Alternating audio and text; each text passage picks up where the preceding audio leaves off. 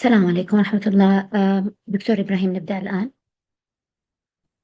تفضلي دكتور، الله يحفظك. طيب، بس في البداية اسمحوا لي أني أنوه أن لغة الويبينار بتكون اللغة الإنجليزية، لكن يعني بيكون في تقديم من بعض المتحدثين في بعض الموضوعات بتكون باللغة العربية. بيكون هناك في تلخيص بسيط بعد كل موضوع باللغة المقابلة، وكذلك أكيد أن احنا نرحب بالمشاركات والأسئلة باللغتين. وطبعا هدفنا في هذا أن يعني لدينا ضيوف طبعا متحدثين باللغة الإنجليزية. ونهدف كذلك اللي هو اللي إن يعني بإذن الله نحن نثري الحوار بهذه الطريقة، ونساعد على يعني تبادل الخبرات. ف يعني ممكن يعني تسمحوا لي الآن إن احنا نبدأ بالويبينار لو ممتاز.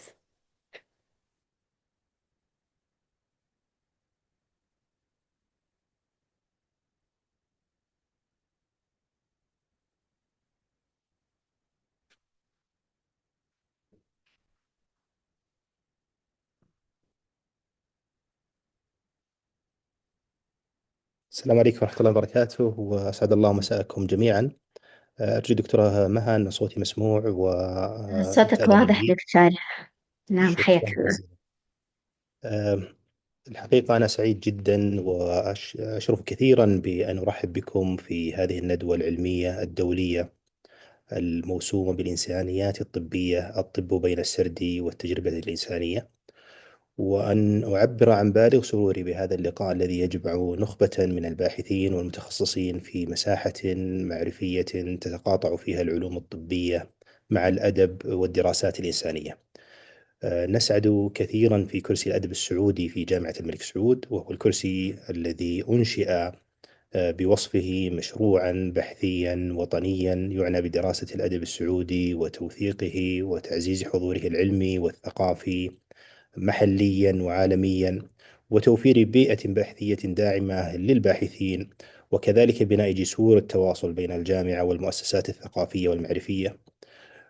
أقول أننا نسعد بإقامة مثل هذه اللقاءات التي يأتي اهتمام الكرسي بحقول المعرفة البينية، وفي مقدمتها الإنسانيات الطبية بوصفها أحد المسارات البحثية الصاعدة التي تعيد الاعتبار للإنسان ضمن الخطاب العلمي، وتوسع أفق النظر إلى المرض والألم والشيخوخة بوصفها تجارب إنسانية وثقافية لا تختزلها اللغة الطبية وحدها.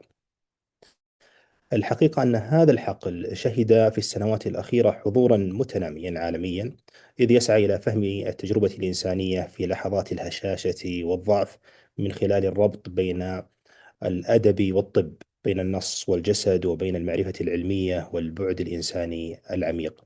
الأدب هنا يمنح المرض صوتا ويكشف ما وراء الألم من معان وتجارب، ويتيح قراءة المرض لا بوصفه حالة بيولوجية فحسب، وإنما كذلك بوصفه تجربة وجودية وثقافية معقدة. ومن هنا تكتسب هذه الندوة أهميتها.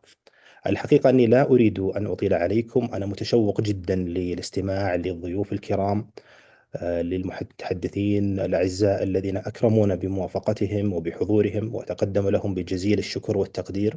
أخص بالشكر الدكتورة مها العطوي على جهودها الكبيرة في تنظيم هذه الندوة والإعداد لها والتنسيق لها، وعلى ما بذلته من عمل دؤوب لأشهر في المتابعة والتنظيم.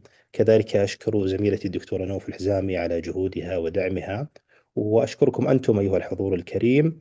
وأنبه بأن هذه الجلسة ستكون مسجلة إن شاء الله حتى تتاح لجميع المهتمين عبر قناة كرسي الأدب السعودي في اليوتيوب. شكرا جزيلا لكم جميعا، وأرجو أن تفتح هذه الندوة مزيدا من النقاش، وأن تتيح آفاقا أوسع للباحث والتفكير المشترك. والسلام عليكم ورحمة الله وبركاته. شكرا لك دكتور، وشكرا لدعمك، وشكرا لحضورك. يعني ساعدتنا كثير صراحة في يعني إن احنا نرتب هذه الندوة. So good evening to everyone. Good evening, distinguished speakers. Good evening, respected attendees. It's my great pleasure to welcome you to today's webinar with the title Medical Humanities, Medicine Between Narrative and the Human Experience. I'm very thankful at the beginning that we gather this evening under the umbrella of the Saudi Literature Chair at King Saud University to explore this new field of the medical humanities and narrative. This field that has been increasingly studied lately and also reshaped how we think about medicine. When we think of medicine, we think of facts, we think of clinical practice, we think of precision. But if we think deeper about it, we can see that it begins with a human being. It begins with a body that feels pain, a voice that hesitates, a story that needs to be heard. In moments of illness, in moments of uncertainty, in moments of healing, we can see that medicine is never only about the body. It's also about stories, the stories we tell, even if we don't recognize that we are actually telling them. Those we tell, those we hear, and those we carry quietly within us. There is a human being always there. There is a personal experience always at the center. And this human being is trying to make sense of pain, trying to make sense of hope, of fear, of resilience.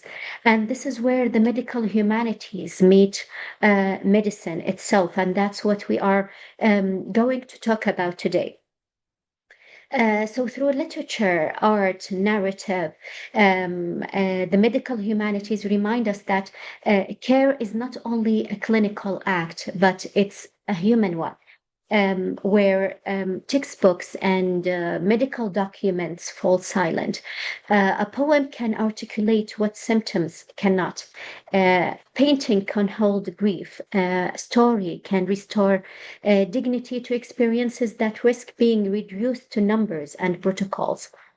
And yes, a play can train practitioners how to listen and how to express empathy. And this is the whole point about the medical humanities and about the topics that we are going to explore and we are going to talk about today.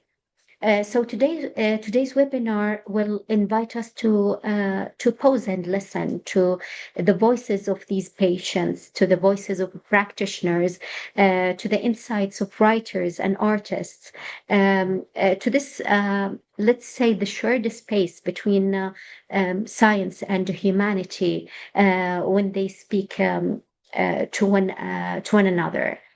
So we will be reflecting on a number of questions. And these questions are: how has illness been represented across cultures and literary traditions? How does narrative shape our understanding of pain, aging, and death? Can storytelling strengthen the relationship between a doctor and a patient?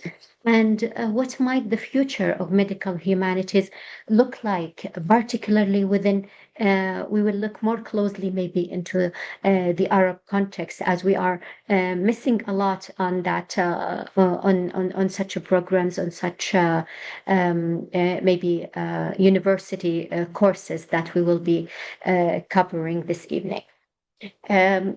So our speakers will bring together all these diverse perspectives. They are diverse, but they are still interconnected. So let me briefly just outline how this webinar will go on, will proceed. As we will start with opening remarks, and then we will be, we already started with Dr. Ibrahim Al-Freh, and like his leadership brought this gathering alive, and I'm very thankful to this. And then we will have just 5 presentations from our distinguished speakers, and each presentation will have 10 minutes. Then we will move on to a moderated discussion where we will invite questions from you, the audience. So I'm very truly honored to moderate this discussion. So thank you all for being with us. Let's move to our first speaker, and the first speaker is Dr. Abdurrahman Sultan, and he will be talking about. He will take us back to the roots, to the beginnings, to the relationship between literature and medicine, and to the origins of this relationship. So it's my pleasure to introduce Dr. Abdurrahman Sultan. He is a Saudi writer and pharmacist. He is an award-winning short story author. He is the recipient of the Saudi Ministry of Media Award in the National Day Short Story Competition. He's also the recipient of another award, the Sheikh Rashid Gulf Award for Short Story, and this is twice. And he is a very distinguished, a distinguished voice, a very distinguished. I've been following him for a long time, and he combines both this professional medical practice with literary creativity, and he talked a lot about, although he has this kind of medical background, but he also interested in literature. He has this ongoing, let's say, activity in talking about literature, in talking about books in a very interesting way. So, Dr. Abdurrahman, we look forward to your speech. If you can just, can you hear me? Yes, sure. Thank Dr. you, Abdurrahman Sultan. Thank you. So, Dr. Abdurrahman Sultan is going to deliver his talk in Arabic, but after he finishes, I will be just giving the main points he is talking about in English for our English speakers. So you can start now. We look forward to your insights, Dr. Abdurrahman. Thank you, Dr. Maha, and also thank you for your excellent organization and your outstanding speaker for tonight. شكرا جزيلا دكتورة مها، والشكر أيضا موصول حقيقة للدكتور إبراهيم الفريح رئيس الكرسي الأدب السعودي حقيقة على هذه الدعوة المباركة وهذا الموضوع اللي أعتقد أنه جدا مهم، ولا يهمنا نحن فقط كممارسين صحيين بقدر ما يهم أيضا كذلك المجتمع. اليوم في تغيرات كثيرة قاعدة تصير في مجتمعنا، من المهم حقيقة أن نحاول نربط هذا ما يحدث في مجال الطبي بالعالم الأدب.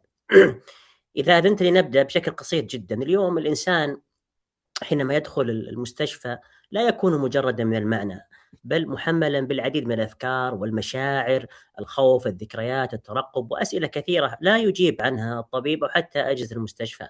هل سوف أعود كما كنت؟ هل سوف تتغير حياتي؟ هل سوف أتغير؟ هل هذا المرض هو نهاية أم بداية أخرى؟ اليوم ممارسات الطب الغربي الحديث تستقبل الجسد وحده، حيث تقاس المؤشرات الحيوية بدقة، تحلل النتائج والصور، تدرس الأرقام، بينما تبقى التجربة الإنسانية بما تحمله من قلق وأمل وارتباك خارج الملف الطبي. من هذه الفجوة ولد ما نعرفه اليوم بالإنسانيات الطبية، حقل معرفي عابر للتخصصات العلمية يسعى إلى إعادة الإنسان إلى جوهر الطب عبر الأدب والفلسفة والتاريخ والفنون والسرد. الإنسانيات الطبية ليست قطيعة مع تاريخ الطب، بل هي عودة إلى أصله، إلى زمن كانت الممارسة الطبية فيه علما أخلاقيا وسردا إنسانيا، قبل أن تتحول اليوم إلى تنظيمات دقيقة وأنظمة معقدة. لو عدنا أولا إلى الجذور القديمة حينما كان الطب خلينا نقول حكمة إنسانية. في الحضارات الغابرة لم يكن المرض حدثا حيويا صرفا، بل تجربة وجودية. مثلا في مصر القديمة كان العلاج مزيجا من الأعشاب والطقوس. المعالج كان وسيطا بين الجسد والعالم، بين الألم والمعنى. بينما ارتبط الطب بالفلسفة في اليونان العتيقة.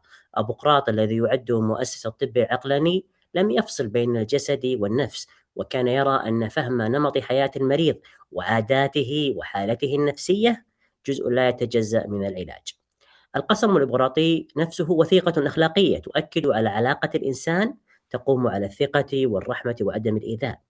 وحتى لاحقا أفلاطون وأرسطو ناقشا المرض ضمن أسئلة أوسع عن الفضيلة والاعتدال والحياة الطبية.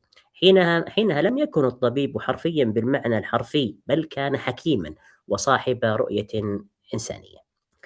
هذا التصور الإنساني بلغ ذروته في الحضارة الإسلامية، إذ لم تكن الطبابة علما منفصلا عن الفلسفة أو الأخلاق أو الأدب. فمثلا نجد مثال في كتاب القانون في الطب لابن سينا، قدم نموذجا صحة تحدث عن أثر المزاج والحالة النفسية والموسيقى والعلاقات الاجتماعية على الشفاء. لم يكن الجسد آلة، بل كان كيانا حيا يتأثر بكل ما حوله. لدينا الرازي شدد على أهمية الحوار مع المريض، وكتب عن ضرورة مراعاة حالته النفسية، وأكد أن الطبيب يجب أن يكون مطمئنا حسن الخلق، لأن سلوكه جزء من العلاج. ولو لاحظنا اليوم في التراث العربي تظهر نصوص طبية وأدبية تصف المرض بلغة إنسانية عميقة، حيث الألم ليس عيبا بل تجربة تستدعي الفهم والتعاطف.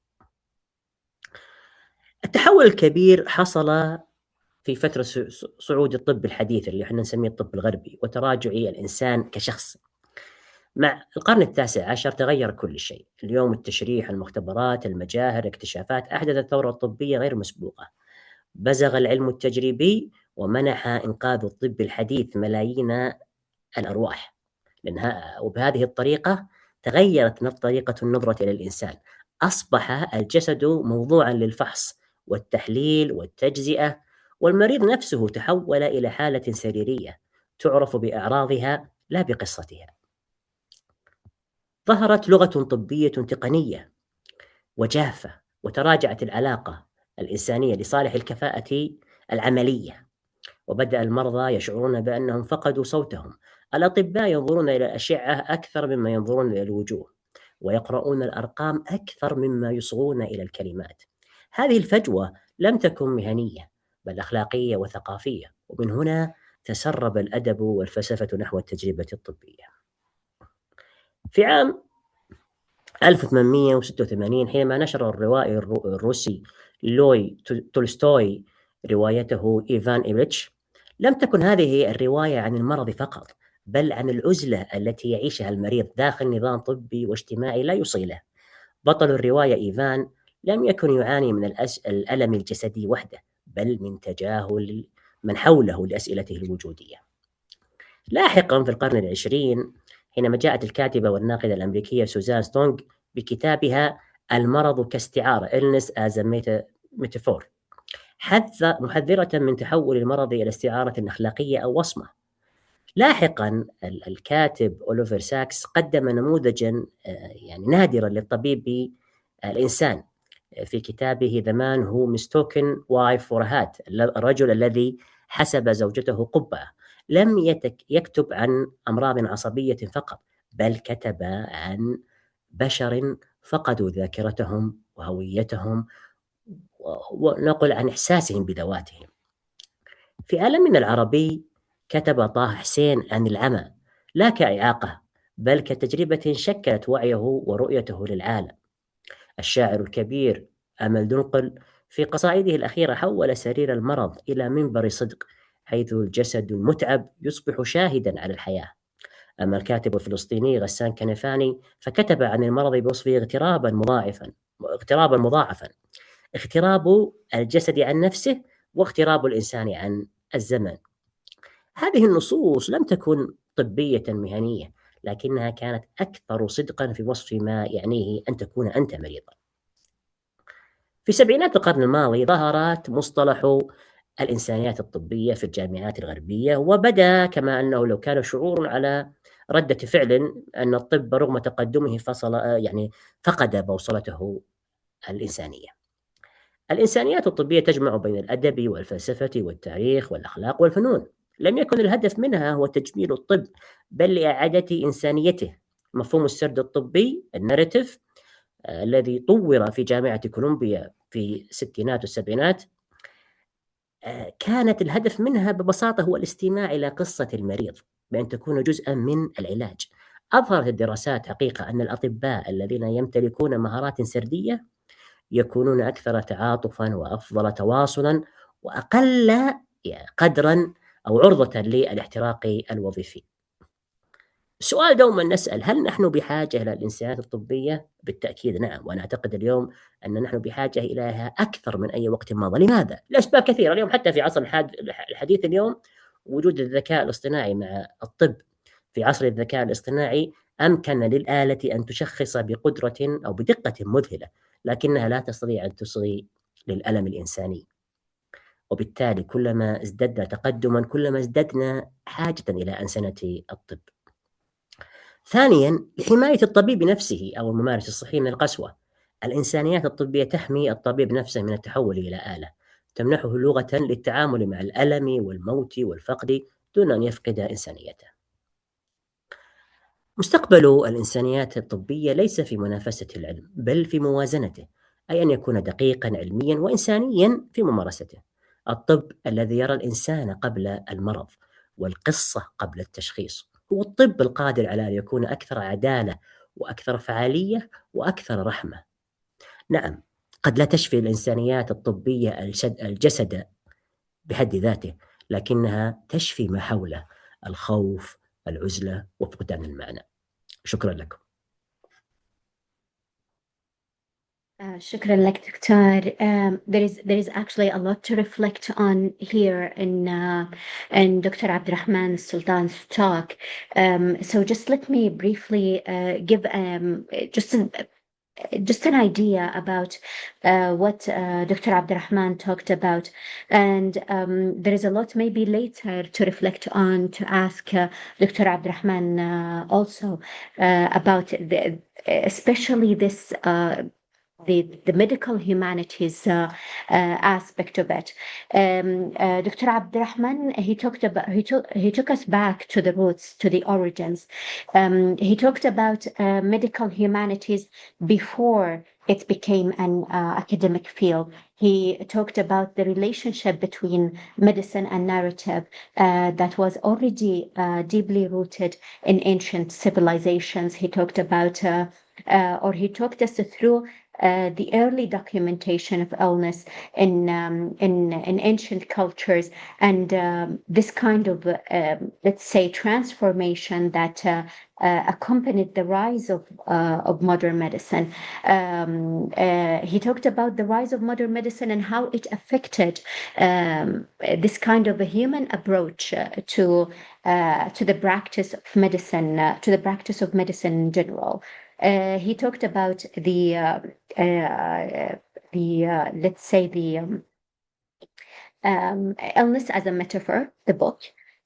He talked about the other writers who approached medicine in a humanitarian way. He talked about creative literary works that documented human suffering and the emergence of what we call medical narrative. So this is just a general idea of his talk. Just to give the others to the what are the main ideas Dr. Abdurrahman talked about, and there is let's say there is a need to bring back that medicine practice to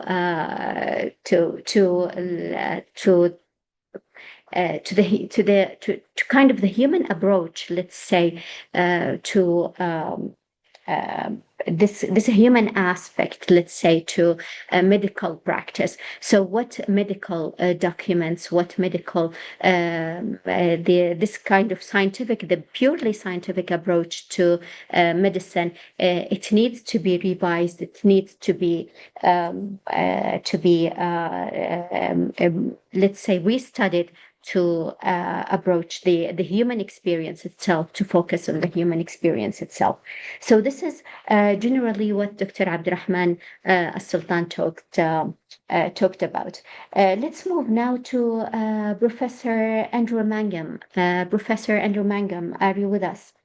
Yes, I'm here. And yes, so it's a privilege to welcome you here. And let me say that thank you for your patience, because it took a long time to organize for this. So I'm very thankful to your patience, to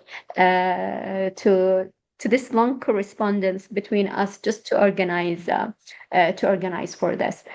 Professor Andrew Mangum, he's a professor of Victorian literature and medical humanities at the University of Reading in the United Kingdom.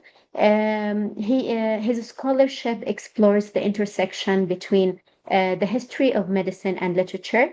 He is the author of a number of works on the topic. He is specialized in medical humanities. And one of the interesting, actually, I'm saying interesting because I read this book with the title, "We Are All Monsters, How Deviant Organisms Came to Define Us," among other publications, of course. So this evening he will be presenting his own his different reading of a stroke and aphasia in Tennyson's In Memoriam. And Tennyson's In Memoriam, we all know that it's a long elegy, and it's a very well-known poem by Alfred Tennyson, and those who study literature, they for sure studied In Memoriam.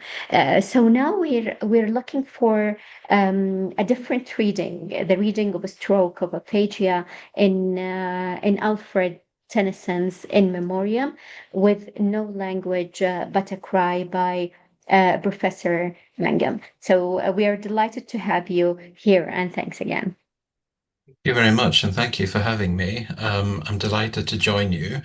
And just in terms of the slides, how do I move them forward? Do I tell you to move them for me? I think yes, there's someone who will be دكتور إبراهيم. ما أعرف إذا في أحد يعني يمشي على السلايدز، Yeah. أو تخلون الدكتور أندرو هو الكوهوست، بحيث يقدر يعني Yeah. يتحرك في السلايدز على راحته. If you prefer, Dr. Andrew, you can share your screen and move as you want, or we can move it for you if you want. Okay. Let me So try just and see. share. Yeah.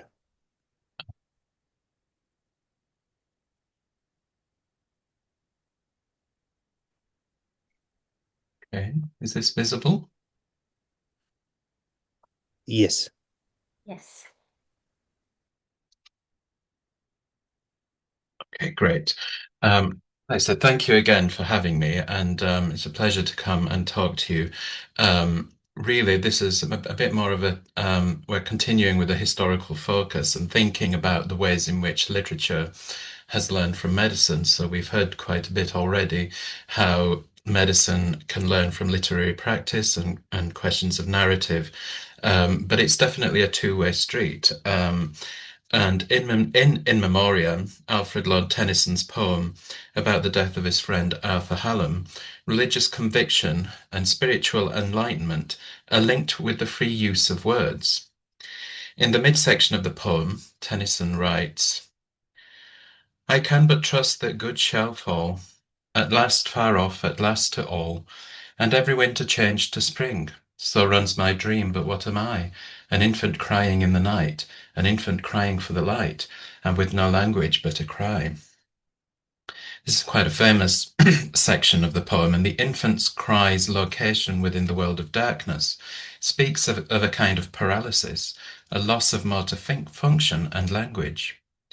Today I want to explore how In Memoriam's sense of spiritual and personal crisis drew upon the developing brain sciences of the 19th century, where new theories of stroke, paralysis, and aphasia redrew the complex intersections between cerebral matter, language, and selfhood.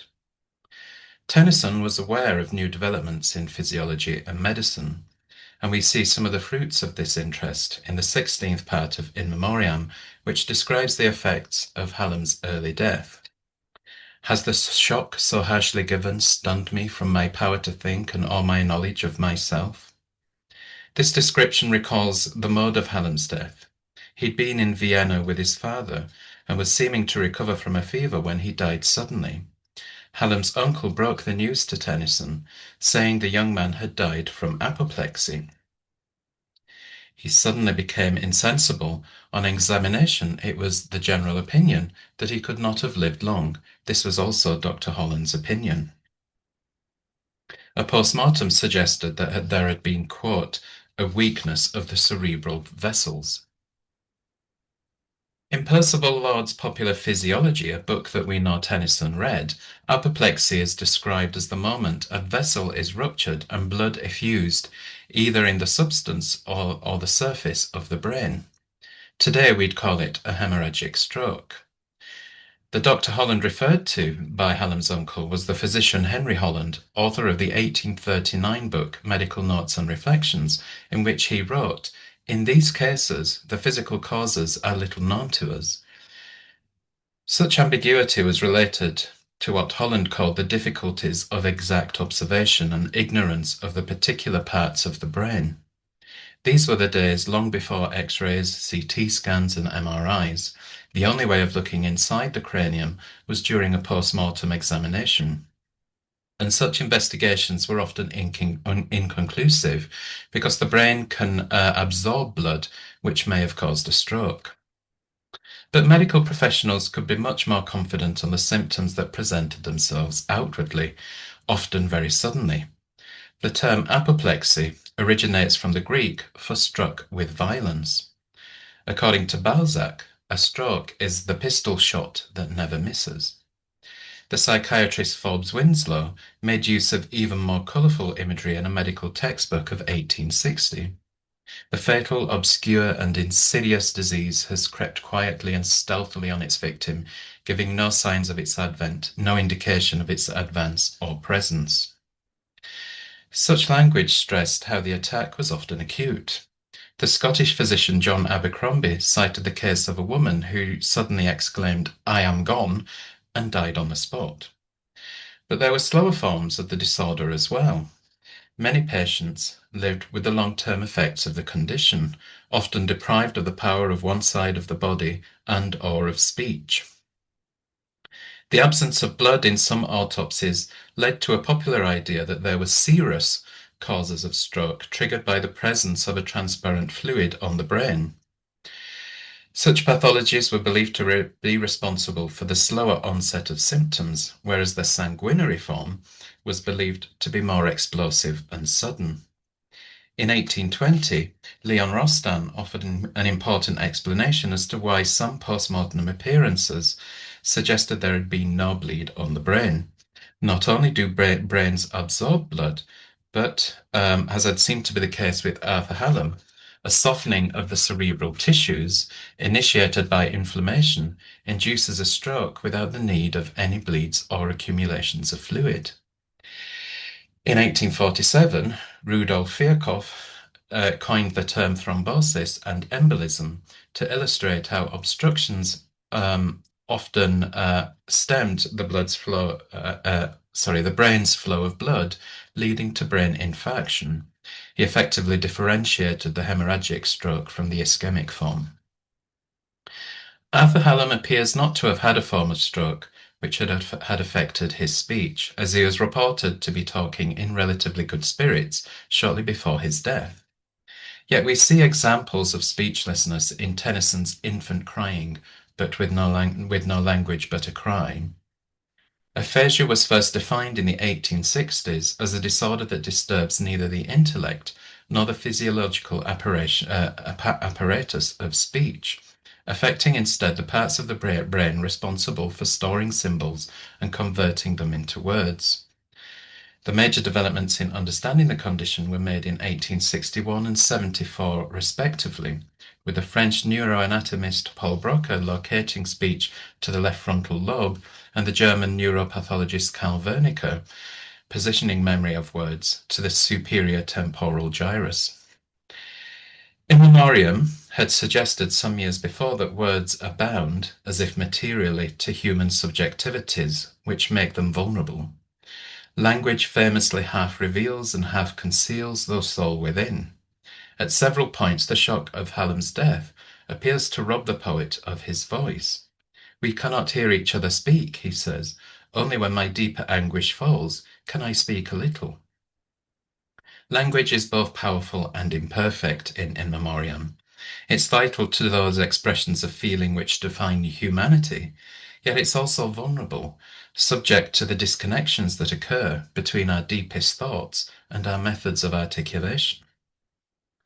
At the beginning of the 19th century, Franz Joseph Gall located functions and psychological characteristics, including language, to specific areas of the brain, an enterprise Tennyson read about in Lord's Popular Physiology. Gall suggested that the ability to learn words and save them in memory was seated in the anterior part of the brain. This attempt at speech localization inspired the work of the young French physician Jean-Baptiste Bouilloud, who stated that certain lesions abolish speech without destroying intelligence, and that these lesions are always in the anterior lobes of the brain. Bouilloud studied the case of Catherine Tyrion, a 44-year-old who had suddenly lost her voice. She heard and understood perfectly everything that was said to her, but was unable to utter a single word.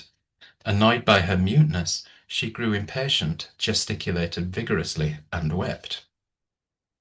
Tennyson's description of an infant crying in the night suggests a similar link between the loss of the faculty of language and a sense of powerlessness and desperation.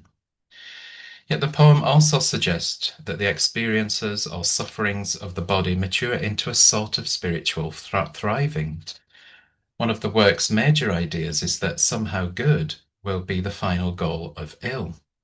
Later sections of the poem suggest that the traumas of the human world are a way to future enlightenment. Life is not as idle or, he writes, the ultimate power of the living will is that it shall endure. When all else that seems to suffer shock, it will rise and flow through our deeds and make them pure. Ideas of earthly suffering leading to spiritual transcendence are the cornerstone of the Christian testaments that Tennyson knew, but they're also informed by a belief in the perfectibility of the human. In Memoriam suggests that man must think of himself as herald of a higher race. Those are Tennyson's words.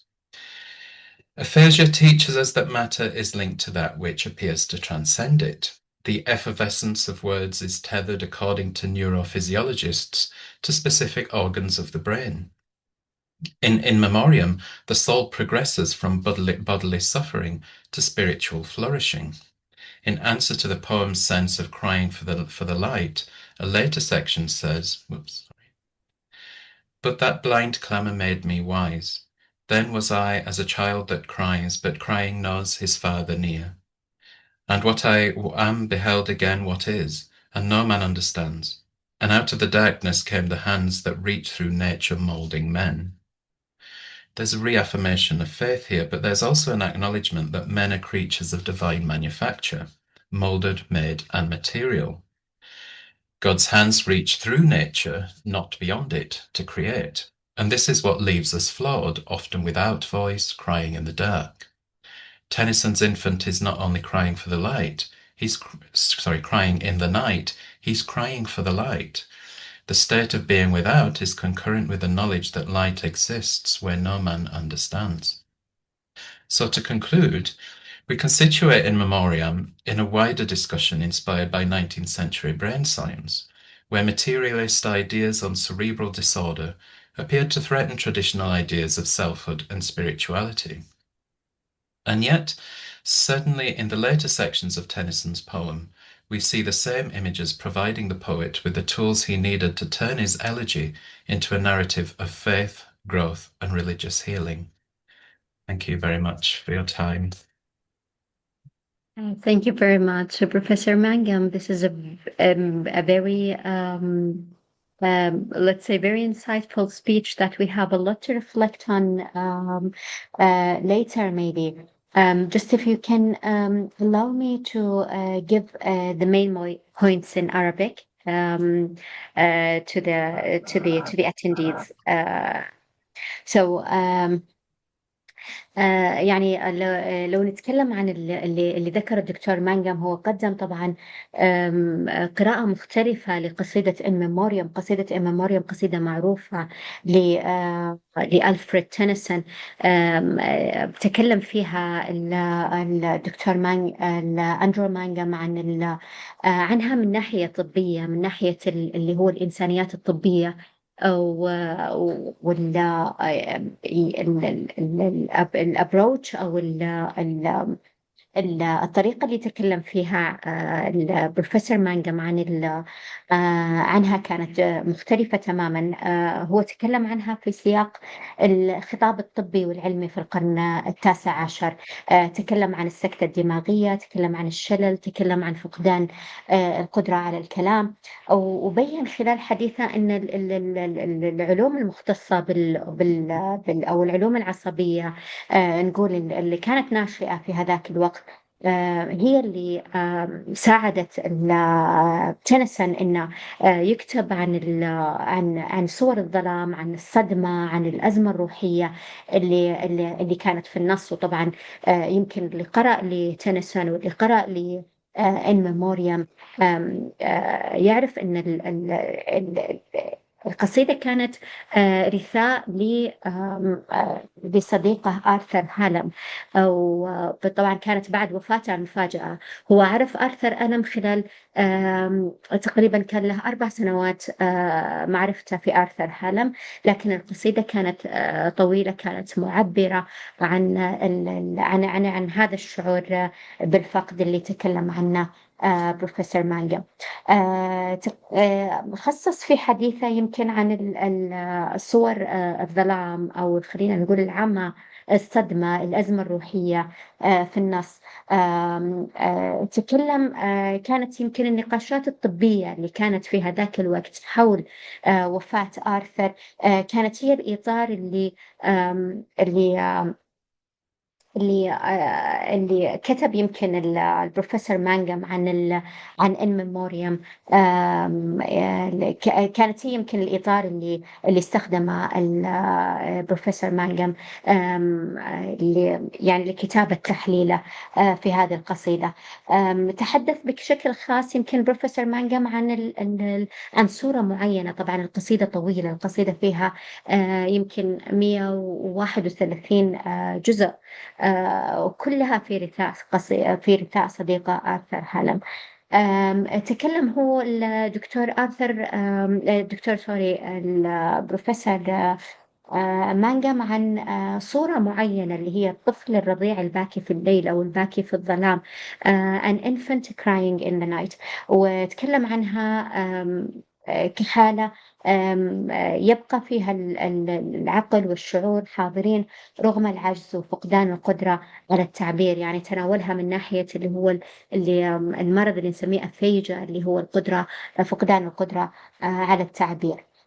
تحدث كذلك يمكن في الرأي، وفند الرأي القائل في القصيدة إن القصيدة ترفض التفسيرات الطبية والعصبية للحزن، ويرى أن الألم الروحي والألم الداخلي والتعافي لا يمكن أن تحدث بمعزل عن الجسد، بل هي تنشأ من التجربة الجسدية ذاتها. فهذا كان يمكن ملخص للكلام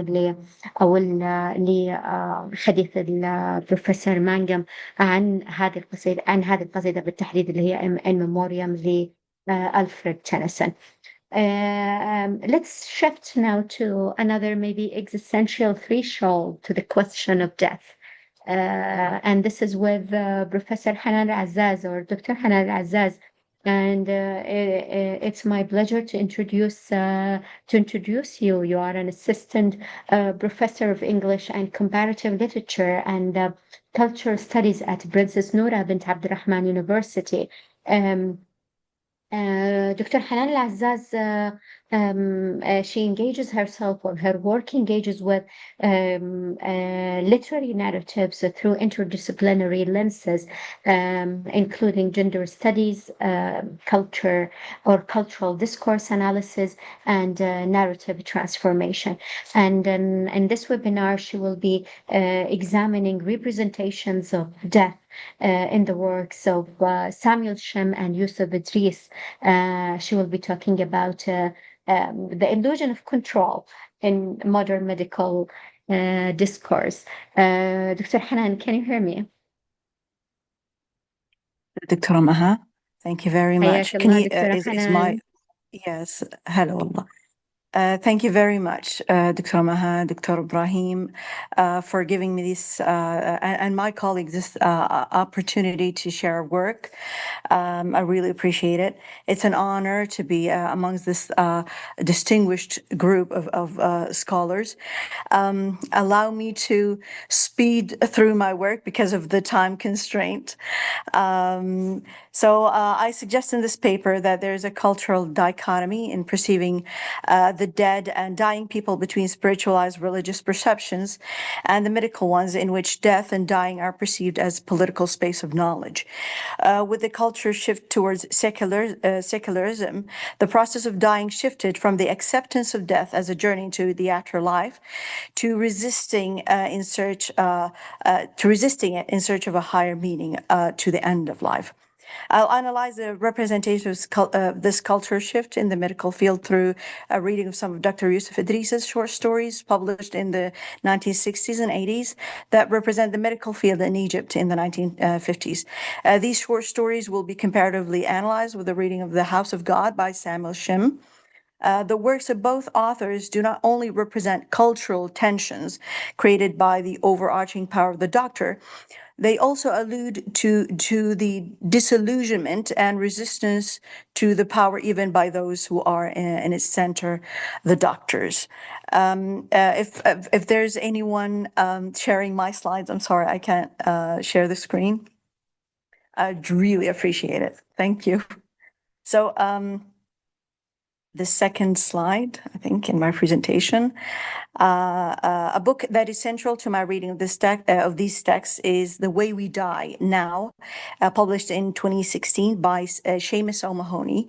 The author states that in the 1960s, death has become hidden and denied because of, quote, advances in scientific medicine, industrialization, and the loosening of bonds that held together traditional communities. The decline in religious belief. Death in modern hospitals was becoming more technical and more undignified, unquote. A philosopher who sought to expose and resist the growing power of the medical field is Ivan Illich, who published his book Medical Nemesis in 1975. In his book, Illich insists that modern medicine has, quote, taken on a mission to eradicate pain, sickness, and even death, unquote. He argues that these are eternal human realities that the medical field cannot claim or aim to eradicate. Next slide. An interesting term that is popularized by Illich is iatrogenesis, or harm done by doctors. And this, in his use of the term, Illich insists that doctors, in their attempt to control life and death, are doing more harm than good. They are preventing the natural progression of the human life cycle into decay and death. No offense to doctors. Next slide, please. Confused perceptions on death and dying, especially from old age, are clear in the House of God in the representation of a class of patients called the Gomers. They are old patients who suffer from the consequences of old age. They, however, do not have critical conditions. A resident doctor in the narrative called Fat Man comments about these patients when training his interns, saying, Gomers don't die. The reason why they do not die, according to Fat Man, is that doctors in the medical field insist on controlling death. They would not let the Gomers die, and they keep reviving them despite the misery and their misery and pain. Due to insisting on treating patients and preventing them from dying, the Gomers in the narrative are what Illich would call consumers of medicine. Doctors, in that sense, insist on serving the patients/consumers by avoiding their death. Hence, dying has become the ultimate form of consumer resistance, which is a quote from Illich. If a patient chooses to die while receiving medical care. The representation of resistance to dying from old age from the point of view of doctors can be seen in Yusuf Idris's work. In his short story, شيخوخة بدون جنون, which translates to senility without insanity, the doctor or the author represents the doctor's resistance to the idea of dying even of old age. One of the characters in the narrative is an old man who works as an undertaker's assistant. Before the dead can be buried, a doctor is required to declare the death in medical reports after examining the body brought in by the undertaker's assistant. When the old undertaker's assistant, Muhammad, dies, the doctor is consumed by disbelief that death can take the old man. Although unlike the Gomers, Muhammad's character is not the recipient of medical care from the doctor. The doctor's resistance to death from old age is highlighted in the narrative. It's resisted to the point that the doctor imagines Muhammad to rise from the dead and explain to him that he died from old age. Muhammad insists that there is no foul play in his death. His phantom instructs the doctor to fill the report with haste so that he can be buried as soon as possible. The doctor's disbelief and denial of the old man's death is, in my opinion, is a representation of the medical field's defiance of dying of old age. Resistance to death in modern medicine can be interpreted as a defeat to the efforts and advances of modern medicine. O'Mahony writes, quote, "Death is in modern hospitals still has the faint whiff," and this is, I think, in the next slide, of an industrial accident, a failure of medical intervention, unquote. The idea is delineated in both American and Arabic narratives about medical control. The central character in the narrative, Roy, is carried away by the illusion of his power given to the doctor to grant life and death. He decides to end the life of one of his cancer patients, to end his suffering, angered by seeing his patient laying there, quote, in feces, a mass of tubing and tape and bruises and rotted skin and empty bone poking through at the ribs and elbows and knees, unquote. Roy decides to poison his patient's IV drip. If he cannot give him life, the doctor believes that he can grant his patient death through his access to drugs. The same allusions to the power of the doctor created through the discourse of medical advancement is portrayed in Idris's work. The major surgery, this is the title of the short story, or العملية الكبرى. The operation room, in that story, the operation room is described as the cradle of revelation, مهبط الوحي. The chief of surgery, who is described by the narrator as one who has the power to grant life and death, يحيي ويميت, and this is again another quote from the short story, is carried away by his belief that he is a source of knowledge when it comes to treating patients. He performs an operation to explore the nature of the tumor in the abdomen of one of his patients. During the exploratory surgery, the chief surgeon decides without prior planning to operate on the tumor. However, the patient starts to bleed profusely. When that happens, the surgeons believe that his work transcends its effect on the patient's life into being considered a medical breakthrough and an innovative surgery. He declares that, quote, with this operation, Egypt has achieved a surgery that is the first of its kind. Unquote. The dying body, which signifies the failure of the power of the doctor to defy death, becomes the potential space of the doctor's power. This is because the body is the location of the knowledge of the human anatomy. Michel Foucault, in The Birth of the Clinic, comments on anatomy by saying that medicine could gain access to that which founded it scientifically only by circumventing slowly and prudently one major obstacle: the opposition of religion, morality, and stubborn prejudice to the opening up of corpses, unquote. Moral and religious objections to anatomy and practices of post-mortem procedures stand in the way of attaining more power in the medical field. Thus, the practice of what O'Mahony describes as gruesome post-mortem procedures was considered standard in the United States in the 1970s. The idea of the dead body as a location of knowledge is resisted in the representation of the narratives because the characters are vacillating between their commitment to their practice and, of course, the characters of the doctors and their beliefs in the dead person's ability to transcend death. The American philosopher Ernest Becker, in The Denial of Death, argues that humans negotiate their fear of extinction through heroic achievements so that, quote, they outlive and outshine death and decay, unquote.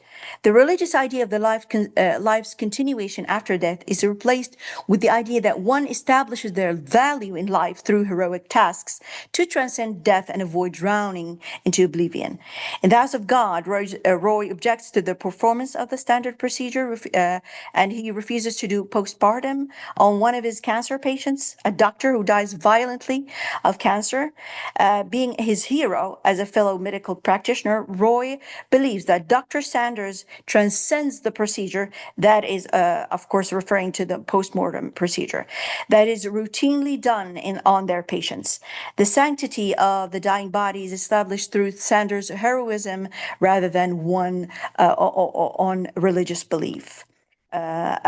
A version of the same problem created by secularization of the medical field, replacing religious beliefs with the concept of sanctity and transcendence of the hero can be Dr. found in Hanan, one just of allow Idris. me to interrupt you.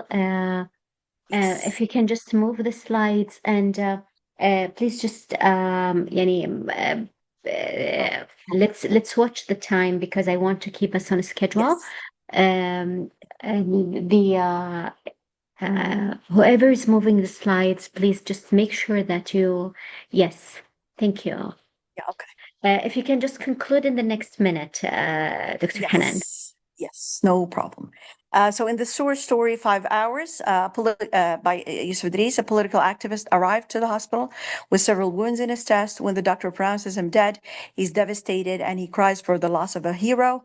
But the Islamic religious discourse of heroism and shahada is non-existent in the narrative. Instead, the doctor describes his dead body as being, quote, as cold as a long passage where annihilation and dissipation wait at the end, unquote.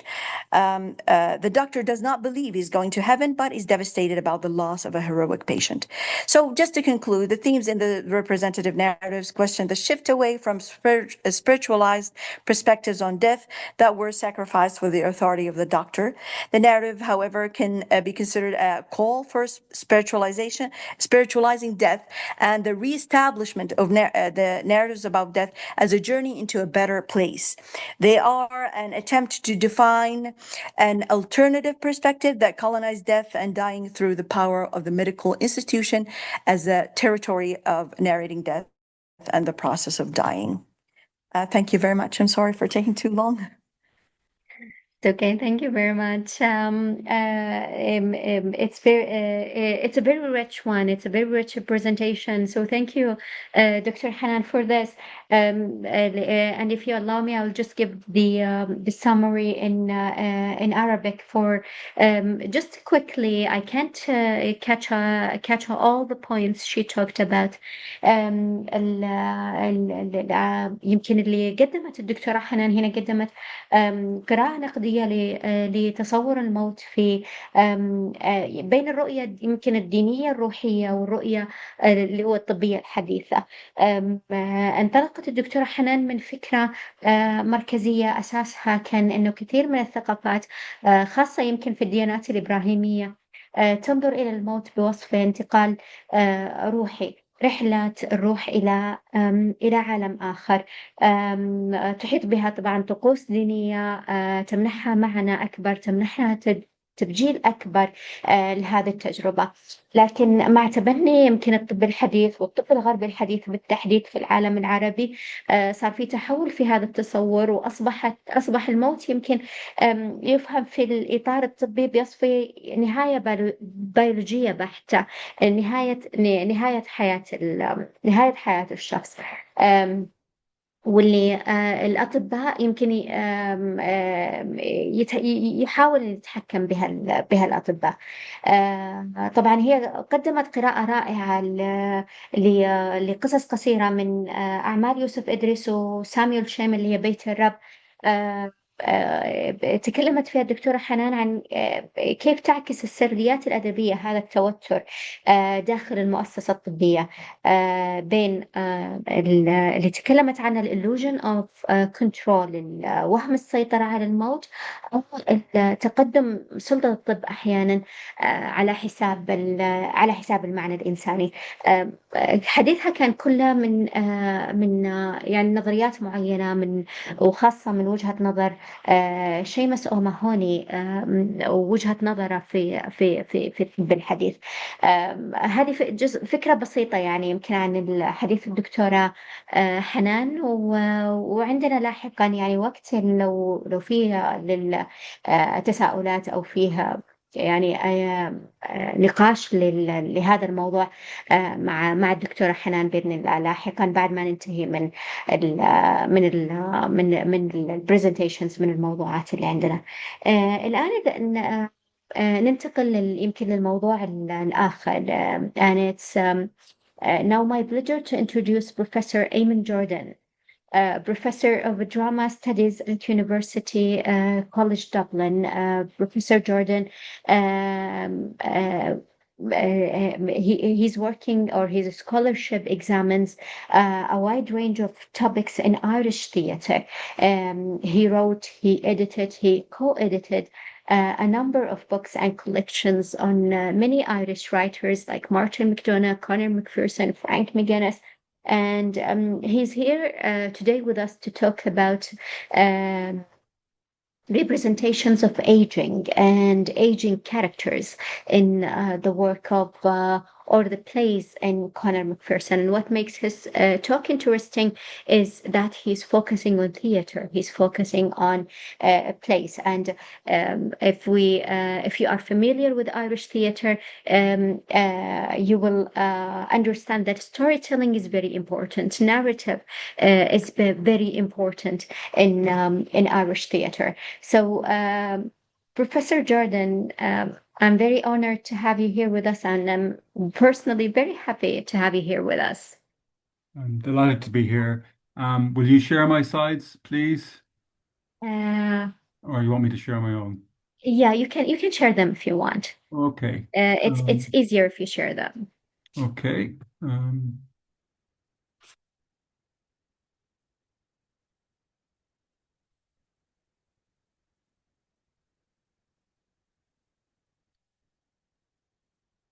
Okay. Can you see that?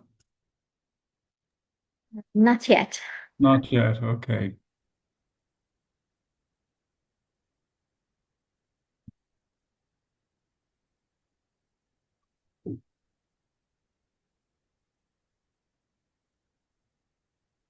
We can share them for you if you can just tell us when to move on. Yeah. I mean, Yeah. I think I have it now. Is that showing for you? Yes, it Yes. is. Thank you. Okay. All right. Okay. So, just to say again, thank you very much for the invitation to be here. And I think my paper will be a little different to the ones that have come previously. My focus will be on storytelling in Irish theatre, predominantly in the stories characters tell. And it's inspired in part by work I had done previously with Dr. Maha. And this is on the playwright Conor McPherson. Sorry, I'm not sure how to go to the next page. Next slide. Okay, so Conor McPherson was born in the 1970s. It would make him in his mid-50s now, and he's an Irish playwright. He is a screenwriter, film and theatre director, and I'm going to talk predominantly about the plays today. But since the 1990s, McPherson has had multiple successes, and McPherson is rather unusual. He's an Irish playwright whose work almost always premieres in London. So he's had plays at the Bush Theatre, Royal Court, National Theatre, Donmar, and Old Vic as examples. Before I And I think what makes it very interesting is that plays tend to open in London and almost invariably transfer to New York. And last year in London, he had 4 plays that ran, 2 at the Old Vic, 1 at the Harold Pinter Theatre, and 1 in a new theatre where they did an adaptation of The Hunger Games. So while Macpherson's plays deal with a changing Ireland, he himself has noted that there's also something beyond that, and the international acclaim that he's achieved uh, suggests that people beyond Ireland do get the work. Today I'm going to focus in on 2 plays, The Weir and The Night Alive, and how such plays might think on our impact, think about our thinking on aging. And aging characters can sometimes be central figures, but sometimes there are second order characters as well. And characters tend to demonstrate complex and diverging responses to the realities of going old. But before I get to the Macpherson's work, it's important to understand that the work is written in a context. And Irish theatre is written quite a bit about aging, and sometimes these characters address the issue of aging in the stories they tell, in the mindset stakes they have, but also in how they behave. It is notable that in Irish theatre, characters that are elderly tend to be vulnerable, isolated, regret-laden, lean towards the past rather than towards the future, and have real concerns about what's going to happen to them. They tend to have little or no community support, exist in states of financial precarity, are fearful about losing their minds, are burdened by fears of death and the loss of loved ones, and are marked by fraught intergenerational relationships. They tend to be defiant of fragile bodies and minds as they age, and therefore they're often belligerent characters. They are filter free and might be seen as trickster or disruptor type figures. And very interesting in relation to Irish theatre, there's a focus quite a bit on female characters rather than male characters, even in plays written by males. And these are 2 actors that appear in The Weir in different ways. The first guy you might know from Succession, and Brendan Gleeson you might know from Harry Potter or the Martin McDonagh films. Of course, The Weir opened in London in 1997, was a huge success. It played for 2 years in London. At the time, again, Macpherson was in his mid-20s. In the play, characters gather in a public house to meet friends, to socialize, and to talk about their everyday reality of rural living. They live very frugally and don't have too much wealth. Valerie is a woman from Dublin, and she is now living locally. She has suffered a family tragedy. Her daughter has died in a swimming pool accident. Bachelor Jack is the elder statesman of the gathering. The script suggests that he is in his 50s, but he's often played by a much older actor. Brian Cox, who I've shown, was 67 when he played Jack in the renowned Donmar Theatre production in 2013, and Brendan Gleeson was 70 when he performed Jack last year in 2025. Jack has had an ongoing conflict with another figure called Finbar, a local who was made good, now lives in the nearby town, and he is the only one that has a degree of wealth. Jack is kind towards Jim, an awkward younger male who lives alone with his mother, and Jack offers advice to Brendan, the proprietor of the public house. Jack tells the first ghost story of the evening. Later, he tells a story of personal regret. He is haunted by his past. Having been less than committed to somebody he once loved, she marries another, and the rest of his life, he lives the rest of his life haunted by this loss. Not a day passes without him being reminded of her and how he has lost out. His maturity brings a degree of insight around his loss, articulating how his arrogance was futile and how missing out on a major life opportunity has diminished him in many respects. But it does not hinder him from steering the play towards a really optimistic denouement. Although Jack does not take a life risk and declines adventure, he encourages others not to be so reluctant, including Brendan and Valerie. Jack is very clearly self-aware knows his limits, knows the impact of his own single-mindedness on his life.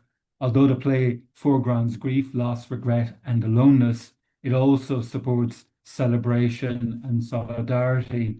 And Jack is the main driver of that impetus towards intergenerational connection and belonging. His kindness towards others is not showy. It is seen in very small gestures. So therefore, the player changes from being past-orientated towards something that is future-looking and optimistic as it heads towards its end. The next play I'm going to talk about is The Night Alive. The Night Alive is from 2013. The play is in part a response to the demise of Ireland's Celtic Tiger period, one of very successful economic growth from 1993 to 2008. This recessionary period, the recessionary period which followed that economic success, was marked by high levels of unemployment, widespread bankruptcy, home repossession, and a government bailout. It came into being in part due to failures in the global financial markets, poor financial regulation in Ireland, and flawed banking practices. There was also a great degree of property speculation. So in this play, Tommy is in his 50s and is now living with his elderly uncle Morris, who's in his 70s. Tommy is separated from his wife, his daughter is drug addicted, and a large investment has gone astray. His current business is involved in slightly shady practices. Tommy does not show gratitude to Morris for his generosity. Instead, he keeps the place untidy and has unwelcome guests. Morris walks with a stick, is depressed and alcohol dependent. Morris grieves the death of his wife, who accidentally slipped on ice and died. They were fighting and not communicating at the time. When it's time for Morris' memorial mass, Tommy fails to attend. Morris is enraged by the fact that only 8 people managed to show up to the memorial service. Maura, like Morris, had played an important role in Tommy's rearing. Tommy, of course, is not all bad. While he does not always treat his employee Doc very well, he does look out for him. Doc has an intellectual disability. However, things turn from bad to worse for Tommy after Amy, in self-defense, kills a predatory figure. Tommy thinks he has to flee from Dublin with her. Morris is unhappy with Tommy's general behavior and life choices. Morris challenges Tommy to rediscover his vitality, the energy of his youth, remarking, "The country is in a shambles. We're crying out for people like you that can lead us into the light." And he also reminds him that people don't get endless life chances, 2 or 3 goes, as he suggests, and maybe that's it. Then Uncle Morris changes everything for Tommy. Morris names Tommy as the inheritor of his home, giving him a significant degree of security and sanctuary. This gesture marks a generosity of aging. Morris has none of the financial precarity that one sees in Irish theatre more broadly. Apart from this benign gesture by Morris, The Night Alive is a play that's life-affirming in many other ways as well. And the final slide, Macpherson's plays almost always include aging characters, but these characters behave in ways that can seem stereotypical, but also breach expectations. Characters are sometimes impacted by immobility, forgetfulness, and isolation, and even sometimes characters have early onset dementia or Alzheimer's, in the case of Girl from the North Country and The Vale. Macpherson's elderly characters do reflect on their life errors and the plans not seen through, but also dwell on opportunities taken. They demonstrate little fear of death, and many do have very strong religious convictions.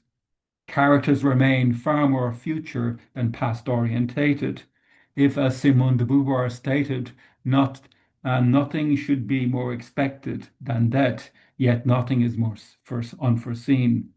In Macpherson's work, aging is brilliantly anticipated, imagined, and foreseen. These elderly characters shift away from an inward-looking way of thinking or being towards an outward approach to life, to bring a high degree of articulacy, clarity, and resilience to what they do. And there's also a sense of purpose to their actions. Equally, they are a source of dramatic surprise, doing the unexpected and the unanticipated. Importantly, their actions are marked by gestures of kindness. They are relatively selfless. Importantly, also, they prompt others towards action, inciting intergenerational solidarity. And finally, they emphasize adaptation, regeneration, and renewal, and that counters or rebalances a simply decline-orientated consciousness. So that's it. Thank you. Thank you very much, Professor Jordan, for this. And the Irish theatre is very rich with works, with literary works that we can study through this medical humanities lens. Just if you allow me to just give the main points in Arabic again. طبعا في الممثل يمكن برندن جليسون اللي تكلم عنه الدكتور أيمن جوردن، اللي يعرف يمكن في مسلسل هاري بوتر، واللي يتابع مسلسل هاري بوتر يعرف الممثل برندن جليسون. هو اللي مثل شخصية جاك في المسرحية اللي يتكلم عنها الدكتور أيمن جوردن، ذا وير. الدكتور جوردن تحدث، يمكن كان محور حديثه عن الشخصيات المسنة وتمثلات الشيخوخة أو التقدم في السن في مسرح الكاتب الإيرلندي كونر ماكفيرسون. وضح طبعا أن هذه الشخصيات المسنة كانت هي شخصيات أساسية في أعمال كونر ماكفيرسون من بدايات الكاتب.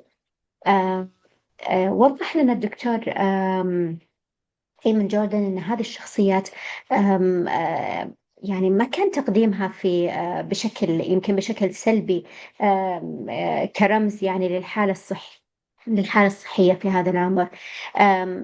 قدمها بشكل أعمق من ذلك.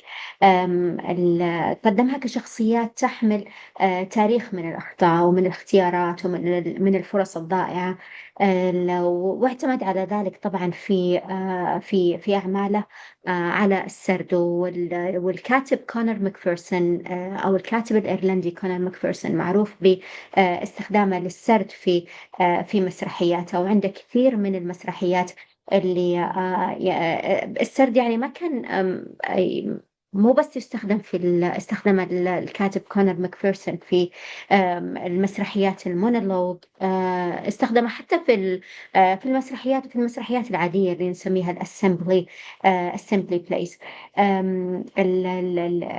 قدم هذه الشخصيات كتاريخ من الأخطاء، من الاختيارات، من الفرص الضائعة. كيف هذه الشخصيات تعيش هذا الشعور بين الندم والأمل في الوقت اللي هذه الشخصيات مثل جاك في ذا وير، أو تكلم عن شخصية تومي وشخصية موريس في The Night Alive. تعيش هذه الشخصيات يمكن خلينا نقول مظاهر من التراجع الجسدي والتراجع حتى الذهني. كان بعضها مصاب بالخرف، بالدمنشيا، وكانت تعاني من فقدان الاستقلالية، من الذاكرة، من الإصابة بالزهايمر. لكنها في نفس الوقت كانت تظهر بصورة إيجابية، بصورة عندها يعني شخصيات عندها وضوح في التعبير، عندها حضور قوي في اللحظة الراهنة أو في اللحظة الحالية.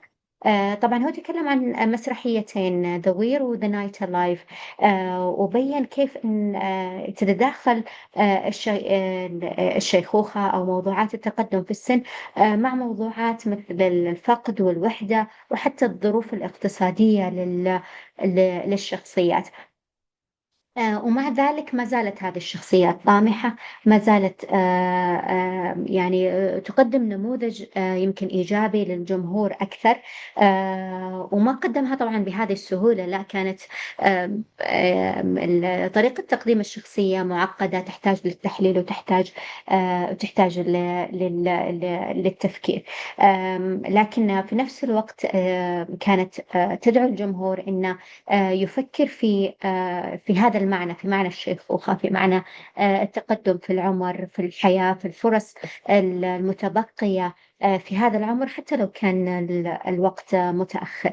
يمكن هذا كان مجمل حديث الدكتور عن شخصيات وعن أعمال الكاتب الإيرلندي كونر ماكفيرسون. وهذه فرصة طبعا ممتازة أن احنا نقدم المسرح الإيرلندي ونقدم الأدب الإيرلندي في مثل هذه، يعني في مثل هذه المناسبات. الأدب الإيرلندي، أنا درست الأدب الإيرلندي، متخصصة في المسرح الإيرلندي، الدكتوراه كانت في المسرح الإيرلندي، فكان جدا جدا جدا يعني تجربة كانت رائعة جدا. يمكن 4 سنوات من أجمل السنوات اللي قضيتها في إيرلندا، وفي دراسة المسرح الإيرلندي. فهذه يعني يمكن خلاصة حديث الدكتور عن اللي هو الشخصيات المسنة، ونظرة مختلفة للتقدم في العمر في مسرحيات الكاتب كونر ماكفيرسون. يمكن ننتقل الآن لآخر عرض لدينا، وهو للدكتور جعفر الشنقيطي. So it's my pleasure to introduce Dr. جعفر الشنقيطي. He is a consultant physician in internal medicine and pulmonology. He's the head of the internal medicine department at Al-Haram Hospital. He's also a writer. He's the author of The Train, and he's a very active voice in clinical practice, with combining clinical practice with the literary expression. So he is going to give us this maybe unique experience in the medical practice itself. So Dr. Jafar, in his talk, he will talk about pain, and how pain is a complex human experience. Dr. Jafar, can you hear me? تسمعني دكتور جعفر؟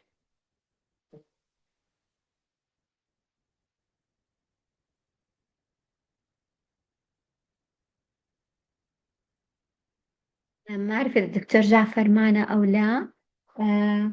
دكتور جعفر تسمعني؟ الآن يتاح دكتورة، ثواني فقط.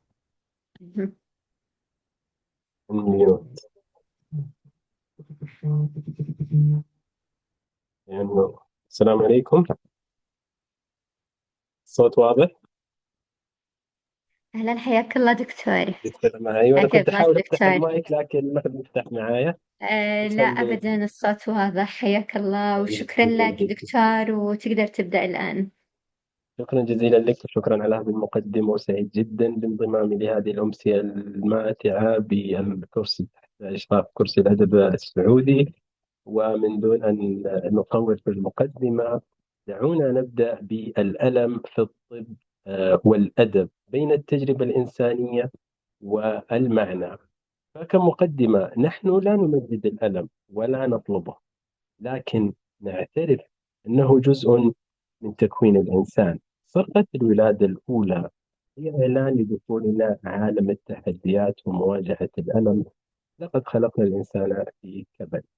كطبيب أرى الألم يوميا في عين مريض، في تنهيدة أم، في صدر يتألم بمرض أو بغير مرض وعلة واضحة، سنأتي لتفصيلها. وككاتب أعلم أن الألم ليس مجرد إحساس، بل حكايات وتحولات وبدايات جديدة من نهايات مؤلمة. المفارقة الإنسانية للألم أن الألم ليس دائما عدو، رغم أن الطب مبني على فهم الألم وشرحه وتجنبه أو علاجه، وتجنبه منعه أيضا كوقاية. لكن الألم ليس عدوا دائما، بل يكون إنذارا يحمي الحياة. فألم الصدر ينبه لذبحة صدرية وانسداد في الشرايين التاجية. ألم البطن ربما يكشف التهابا في الزائدة الدودية أو تقلصا معويا. ألم الظهر ربما يدل على شد عضلي شديد أو ضغط عصبي على الأعصاب الخارجة من بين الفقرات.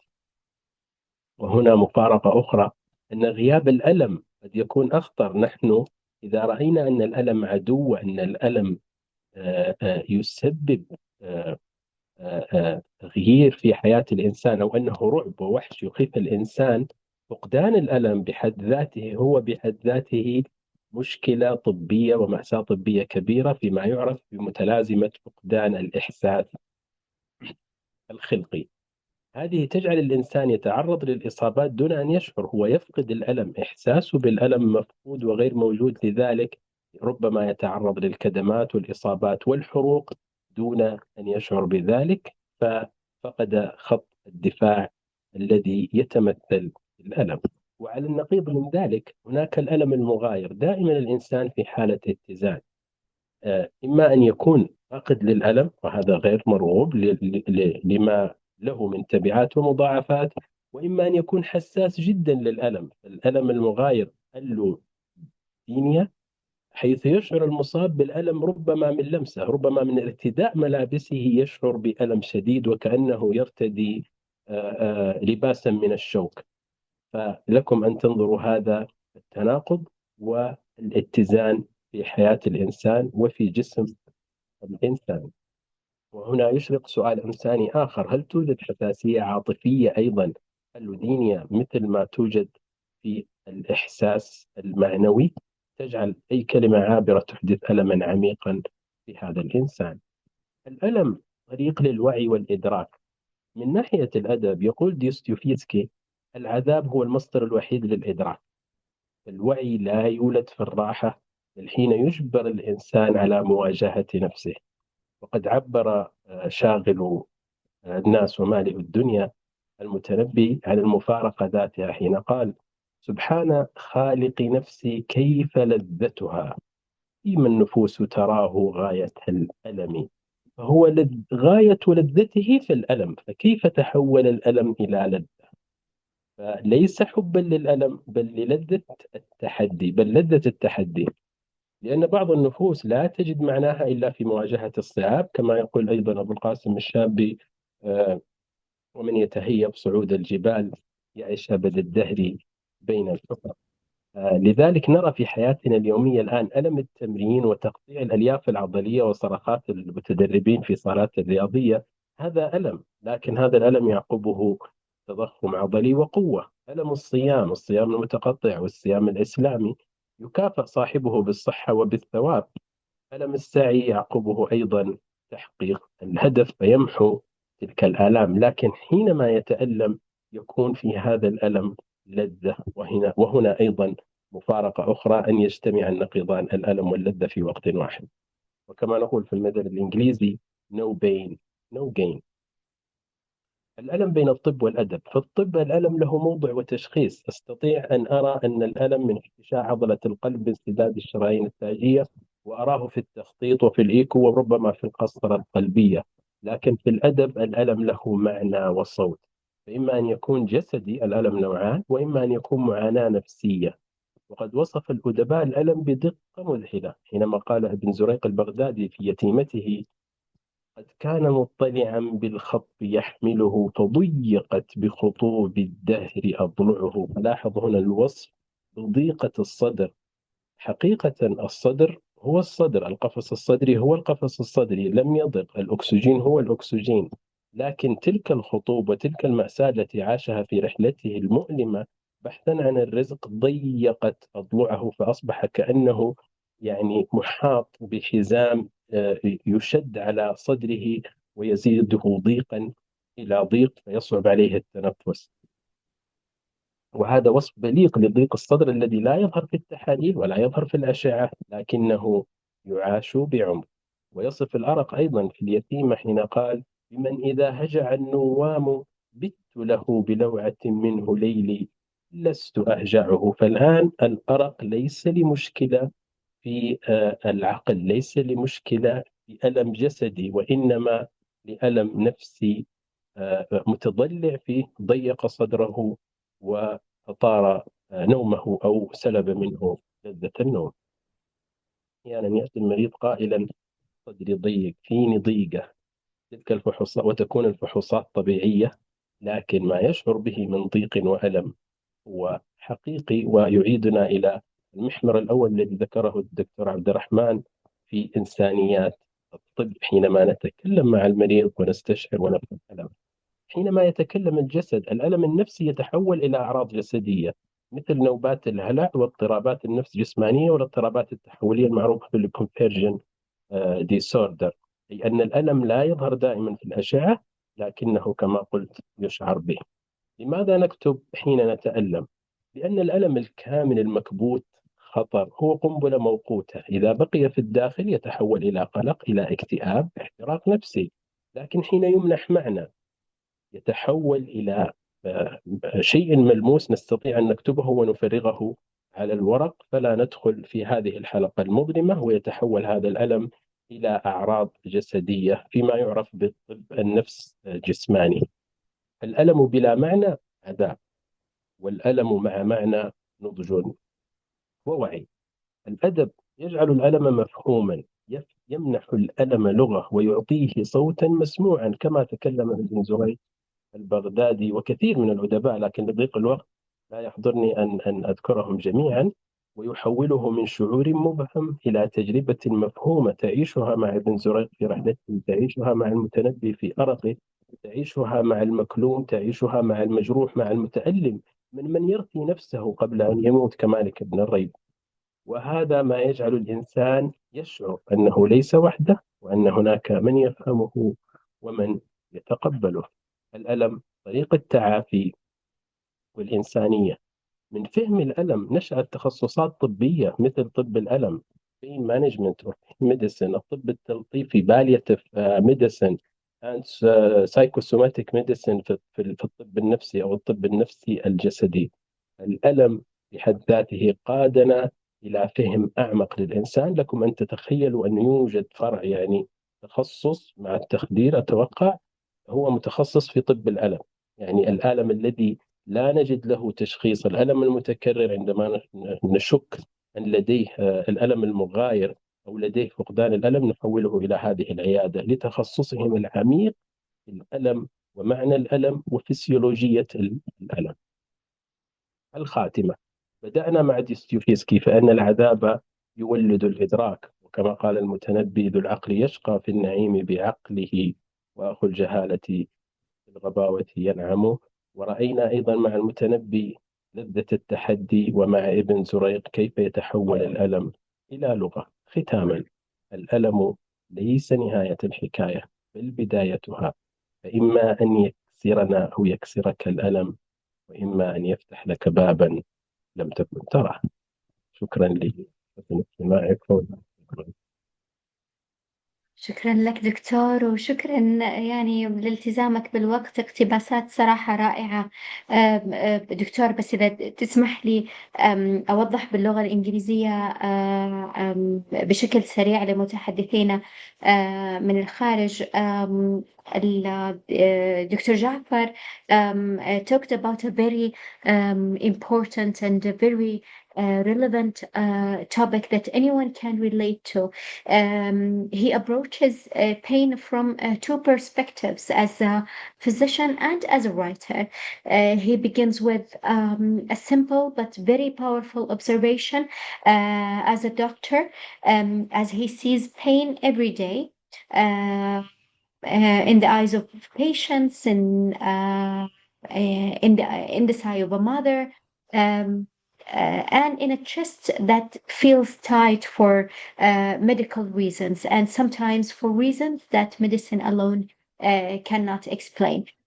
So he showed that that connection or that dichotomy between approaching pain from a purely medical perspective and approaching pain from in a different, in a human way. He as a writer, he reminds us that pain is not just a sensation, it's a story, it's a transformation, it's also a beginning. He makes a very important distinction between physical pain and suffering. For him, pain, even in its biological form, it could be also very important. It could be also a lesson. He talked about another kind of pain, the kind that doesn't appear in blood tests or in scans, the tight chest of grief, the insomnia of heartbreak, the panic attack that feels like dying. And this is where literature steps in. Through Dostoevsky and Ibn Zurayq and the quotes he quoted there, and he talked about, he shows us that pain has long been a source of awareness, depth, and even growth. Suffering forces us to see ourselves more clearly. He raises a very crucial question, a very important question. Why do we write? Why do we write when we suffer? And concludes with a very powerful reminder that literature doesn't deny pain. It actually redeems it. It gives it a voice. Pain is not always the end of the story. So thank you very much, Dr. Jafar, for this very touching speech. Thank you to all our distinguished speakers for these very rich contributions. And if you allow me, Dr. Ibrahim, I would like now to open our discussion and invite questions from our audience. يعني بعد هذه الموضوعات الثرية وبعد هذه يعني المناقشات صراحة الممتعة، يعني اللي تفضلوا فيها المتحدثين واللي قدموا لنا موضوعات مختلفة من خلفيات مختلفة. نترك المجال الآن لكم للنقاشات والأسئلة، فحياكم الله. من يرغب في طرح سؤال أو يعني لديه مداخلة فليتفضل أكيد.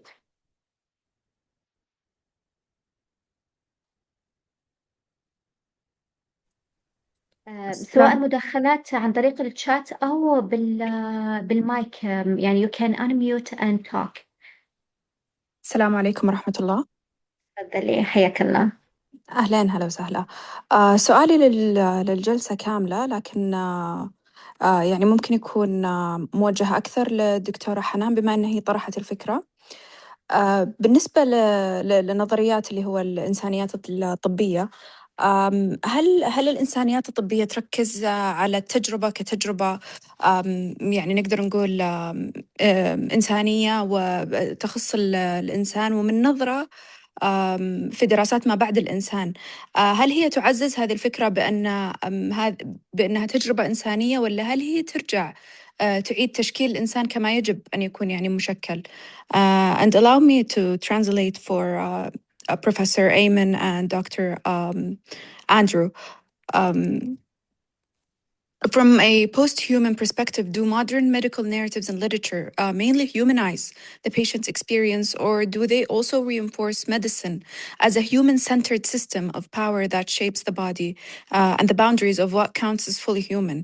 And here I'm also talking about all the critical theories that fall under medical humanities. Thank you.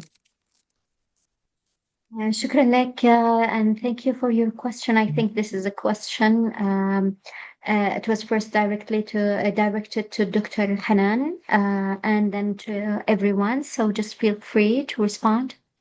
Dr. Hanan. يعطيك العافية مشاعل.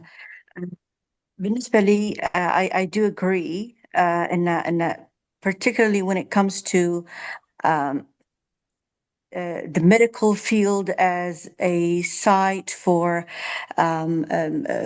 modern technologies, a field that focuses on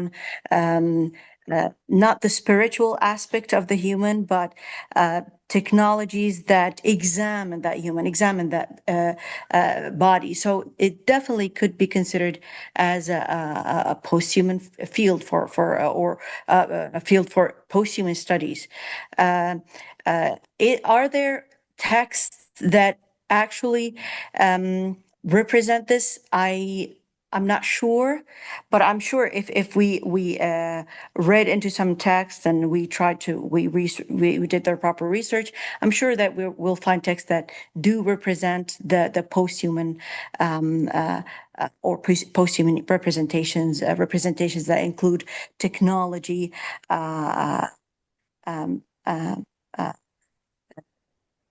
and that's it. This is what I think, but I'm not sure if there are texts that represent that particular area.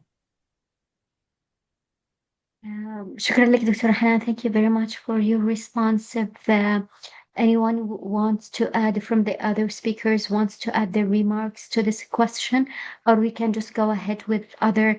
We have some comments on the chats, and we have, I think, others who wants to raise their questions. So any comment on this question?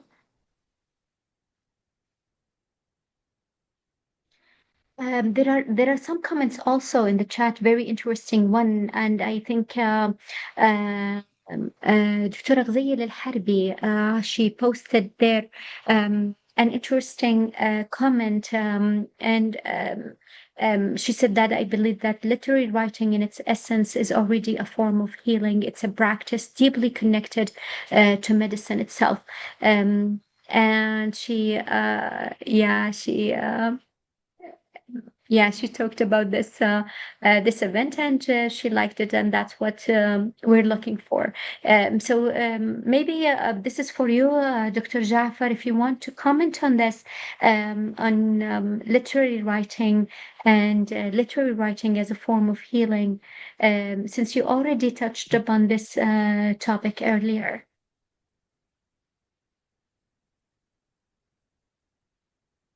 دكتور جعفر، إذا ممكن تتحدث عن يعني سؤال الدكتورة غزيل، تكلمت عن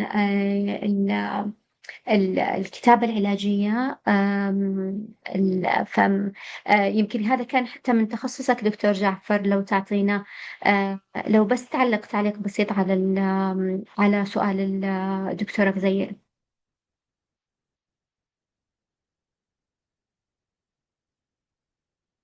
تسمعني دكتور جعفر؟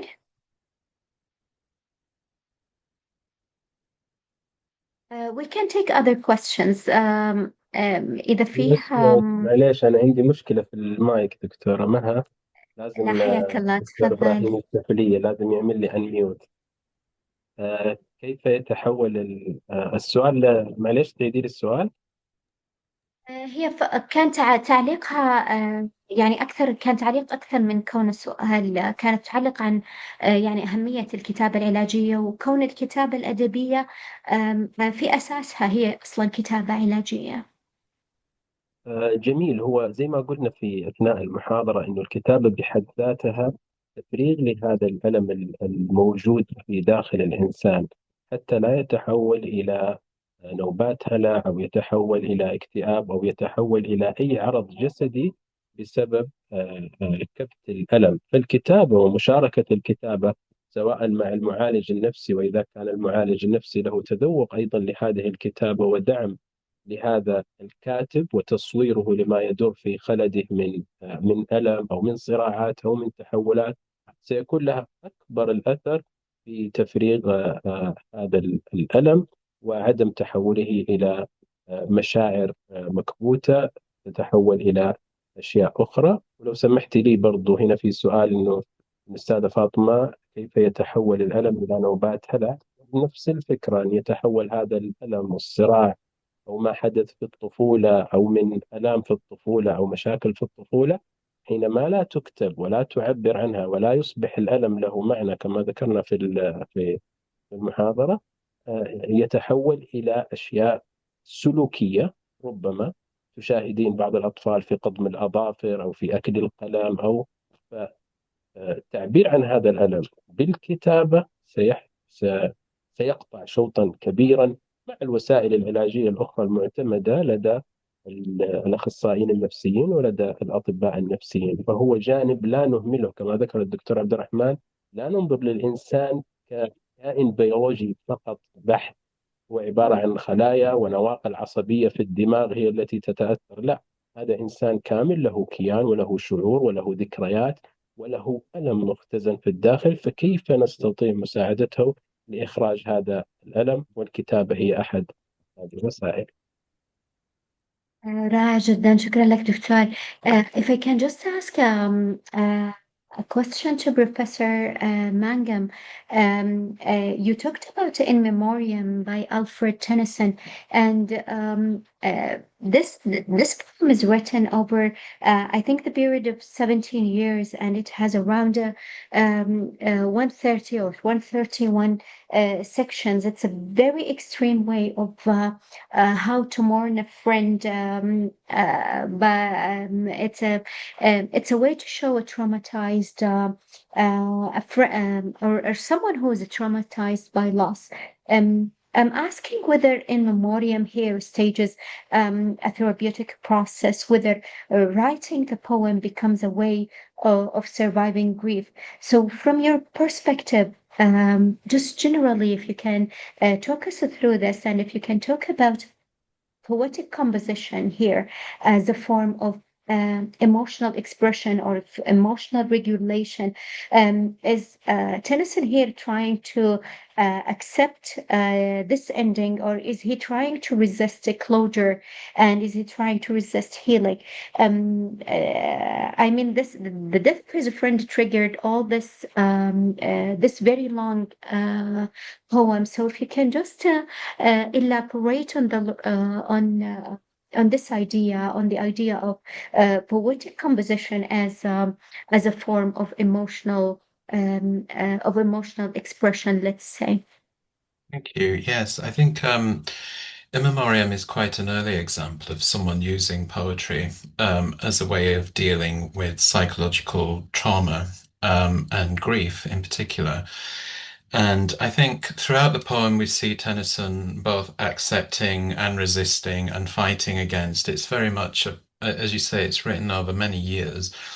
And it's a long process of healing. And at certain points in the poem, he's fighting against the finality of death and the spiritual idea of death.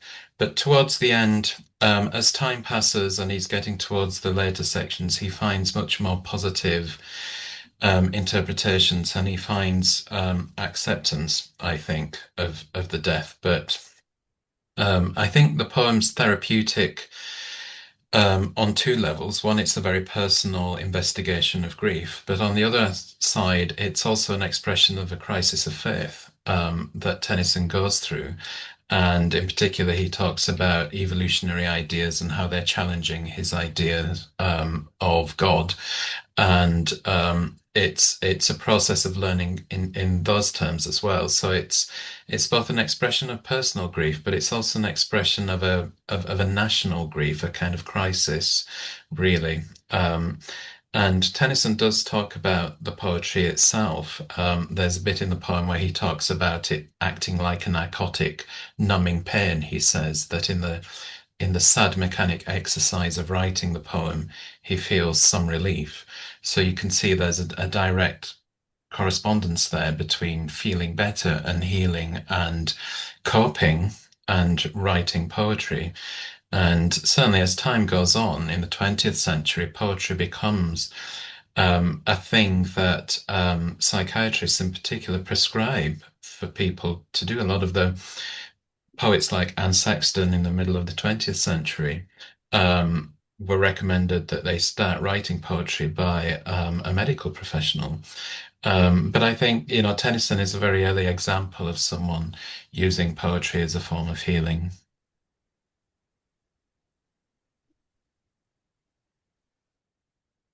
So thank you very much for this response, and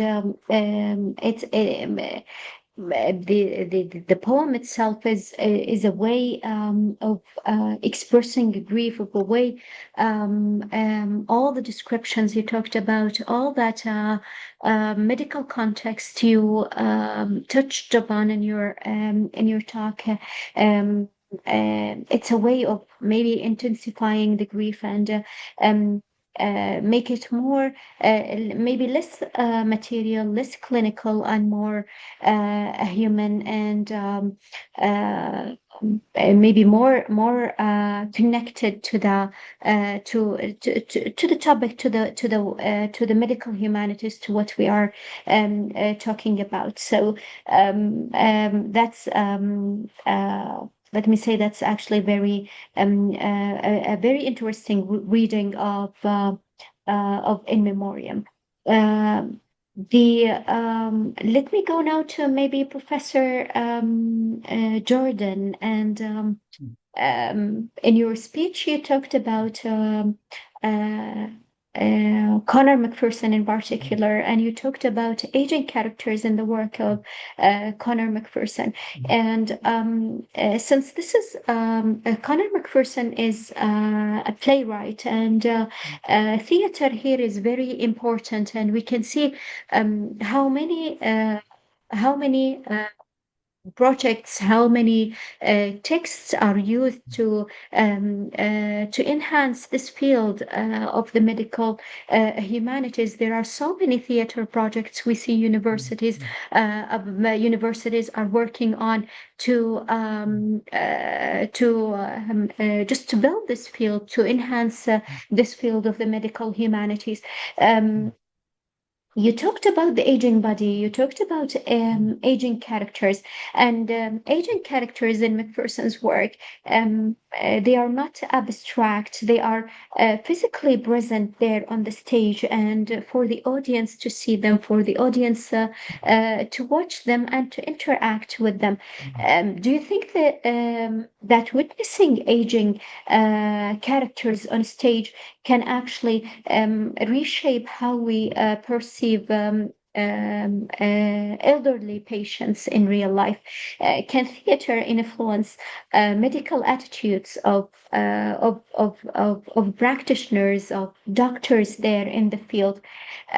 If I can just ask you this question in a very general manner, let me ask you just in a very general matter: how does theater present this experience different than the novel, different than poetry?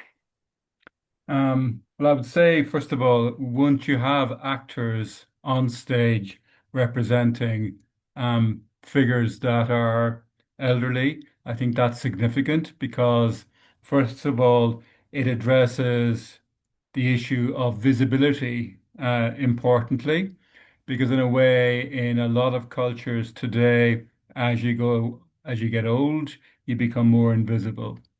The second thing is that the visibility on stage, especially through kind of celebrated actors, I think that compounds that presence. But also, I think you look at the vitality that actors like Brian Cox or Brendan Gleeson bring to a role. And we see in both their performance a great energy, but also we see the energy to bring to the characters on stage themselves. And I think that's a really important one because too often we identify those that are aging with a decline in terms of vitality, energy, adaptability. And in Macpherson's plays, I think aging is tied to the idea of renewal and purpose. And I think from a medical humanities point of view, you have the issue of visibility, but also you have the issue of purpose, and you also have the issue of aliveness. And it's important to recognize that word that's in the title, The Night Alive, because it is about vitality ultimately. And that vitality is shared amongst all of the characters, not just the ones that are elderly. And if I can bring it back to the previous point in terms of stories as well, that in the Weir, Valerie is a younger woman in the play, but she has suffered a great loss. And ultimately, it's about the story that she tells. That story is heard and believed. And it's that sense of witnessing, it being both generous, but also witnessing, bringing a form of healing as well. So, from a medical point of view, for doctors to witness and to accept and to hear the testimony of people that they treat, I think that's really, really important. And then finally, I'll make the point. Brian Friels is another well-known Irish playwright, and he says every story has 7 faces, and we have to think about narrative then from multiple points of view or perspectives, and how you create that story ultimately. And you can tell stories in very different ways. And I think Macpherson is very good at telling stories that are optimistic and positive, rather than simply about despair and loss. Sorry, I hope that answers your question. Yes, thank you very much. Yes, he is really, he's a really good story teller. And from this webinar, I'm asking everyone just to read for Conor Macpherson, just kind of pay attention to Irish, to this Irish literary tradition in general. It's very rich. Thank you very much, Professor Jordan, for this response. تكلم الدكتور جوردن عن يعني نظرة الكاتب كونر ماكفيرسون المختلفة للشخصيات المسنة. احنا يمكن ما عندنا وقت الآن كثير، يمكن باقي لنا من الوقت تقريبا 10 دقائق، فما نقدر نغطي كل الموضوعات اللي موجودة، لكنها موضوعات جدا غنية. المسرح الإيرلندي، الموضوع اللي تكلم عنه الدكتور أندرو مانجم، غني جدا، قراءة مختلفة جدا اللي يمكن اللي نسميه أو القصائد يمكن تكون معروفة للكل، مثل إن ميموريوم، لكنها كان تقديمها بقراءة مختلفة، بطريقة مختلفة، نستفيد منها في دراستنا أو في موضوعنا في الإنسانيات الطبية. خليني أسأل الآن ممكن دكتور عبد الرحمن، ما أعرف إذا معنا الآن، إذا تسمعني دكتور عبد الرحمن ايه السلطان. تفضلي، الله يحفظك. حياك الله. خليني أسألك يمكن السؤال الأخير عندك، يمكن بدينا عندك وأن إذا يعني وننتهي يمكن عندك دكتور. في آراء كثيرة دكتور حول العلاقة بين الأدب والطب، وأنت تكلمت عنها بإسهاب يمكن من البدايات، وأكدت يمكن هذه العلاقة أن الطب يحتاج للتفكير العلمي، ويحتاج للتفكير العلمي، ويحتاج للتفكير بطريقة ناقدة، بطريقة إنسانية، بطريقة أدبية.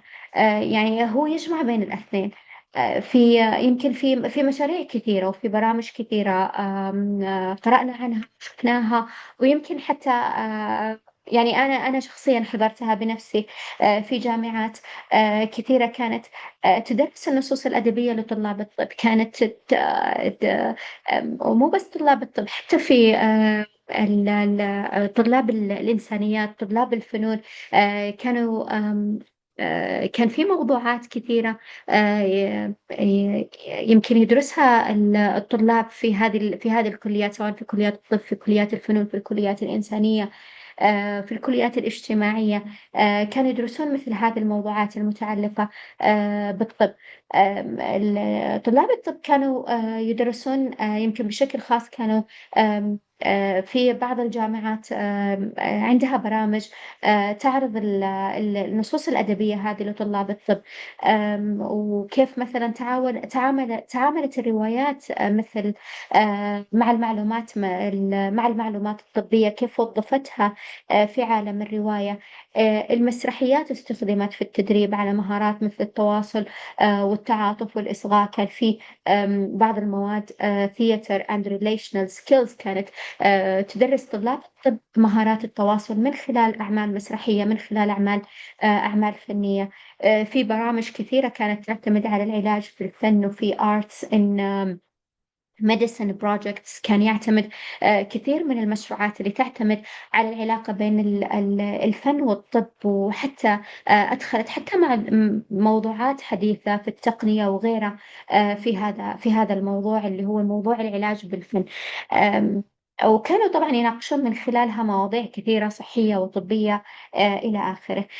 فخليني بس أسألك سؤال سريع من وجهة نظرك، ما قيمة تدريس مثل هذه الأعمال الأدبية لطلاب الطب؟ هل ترى أن التعاون هذا المنهجي اللي نشوفه في جامعات برا بين كليات الطب وكليات الآداب وكليات العلوم الإنسانية والفنون ممكن فعلا يساعد في إعداد وتدريب الطبيب؟ لو تعطينا كذا وجهة نظرك بشكل عام، بما أنك تحدثت عن مستقبل الإنسانيات الطبية. بالتأكيد دكتورة، يعني اليوم تدريس النصوص الأدبية لطلاب الطب ما هو مجرد نشاط يعني جانبي، بل بالعكس أنا أعتقد أنه نشاط مهم حقيقة، لأن الرواية والقصة وهذه النصوص تساعد على فهم التجربة الإنسانية للمرض والعلاج. يعني اليوم ليش إحنا ندرس في بعض الجامعات مثل هذه النصوص ويكون فيها عمل خلينا نقول نشاط صفي في ذلك؟ أو يعني أولا أنا أعتقد أن هذه النصوص جزء منها تدريب على الحس التعاطفي. الرواية تجعل طالب الطب أو غيره يعيش داخل عقل المريض، يفهم الخوف، الألم، القلق الوجودي، كل هذه. أيضا من الأشياء المهمة أنها تحسن مهارات التواصل الطبي، الميديكال كوميونيكيشن، أن الطالب عندما يقرأ السرد الأدبي يتعلم الإصغاء للقصة الإنسانية، بالذات ما خلف العوارض حقت المرض، وهي طبعا جوهر طريقة العلاج سبب ذلك. أيضا تساعد على التفكير الأخلاقي المعقد، لأنه الأدب يطرح أسئلة لا إجابات نهائية، وليست إجابات يعني خاصة مختلفة من شخص إلى آخر. كيف يعني نتعامل مع الألم، كيف نطيل الحياة، تداخل الطب مع الحياة، كل هذه تساعد كثير. وعودا على ذلك، مثل ما ذكرت اليوم عندنا روايات كثيرة يعني تعطي نظرة أخرى للمجال الطبي. يعني أنا باخذها من نظرة ثانية. يعني خلينا ناخذ مثلا رواية فرانكشتاين حقت ماري تشيلي، اليوم تكلمت عن هذا المخلوق اللي عن طريق المجال الطبي أعاده للحياة، وكيف أن الطموح العلمي الطبي قد يسبق وأخلاقياتنا ونحو ذلك. اليوم أنا أعتقد أنه تعزيز هذه النصوص وتطويرها وجعلها نشاط أساسي، بالذات اللي هو الناريتيف ميديسن، الطب السردي، بتساعد كثير حقيقة على تطوير فهمنا للمجال الطبي وتعزيز العلاقة ما بين المعالج أو الطبيب ومريضه. شكرا لكم. شكرا لك دكتور. في عندنا دكتورة تهاني، حياك الله دكتورة، إذا تسمعيني.